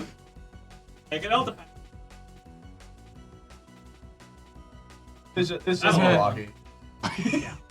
Yep, Anyway. every Thursday we're here, and we're going to be hosting more Triple Dunk too, more monthly on the I'm way. definitely gonna try to make. Yeah. No, Triple Dunk. Madison Mashers as well. Awesome. I wish I could, but Yeah. So, we're excited to keep things. Got a very strong season, very interesting season ahead of us. Yeah. So I'm very excited. It's gonna be a lot of fun. It'll be really great. We should call out a top player to go to the next weekly. Go out to the next weekly. I want to get some Chicago people out here. That'd be awesome. Honestly, Everybody from Chicago, Illinois, you guys aren't please good show at the up. game, and if you want to prove us wrong, come to the next. Get off your bums and come to Wisconsin. Yeah, You all have to beat me. Come visit Daddy. We saw what happened at Frosty's.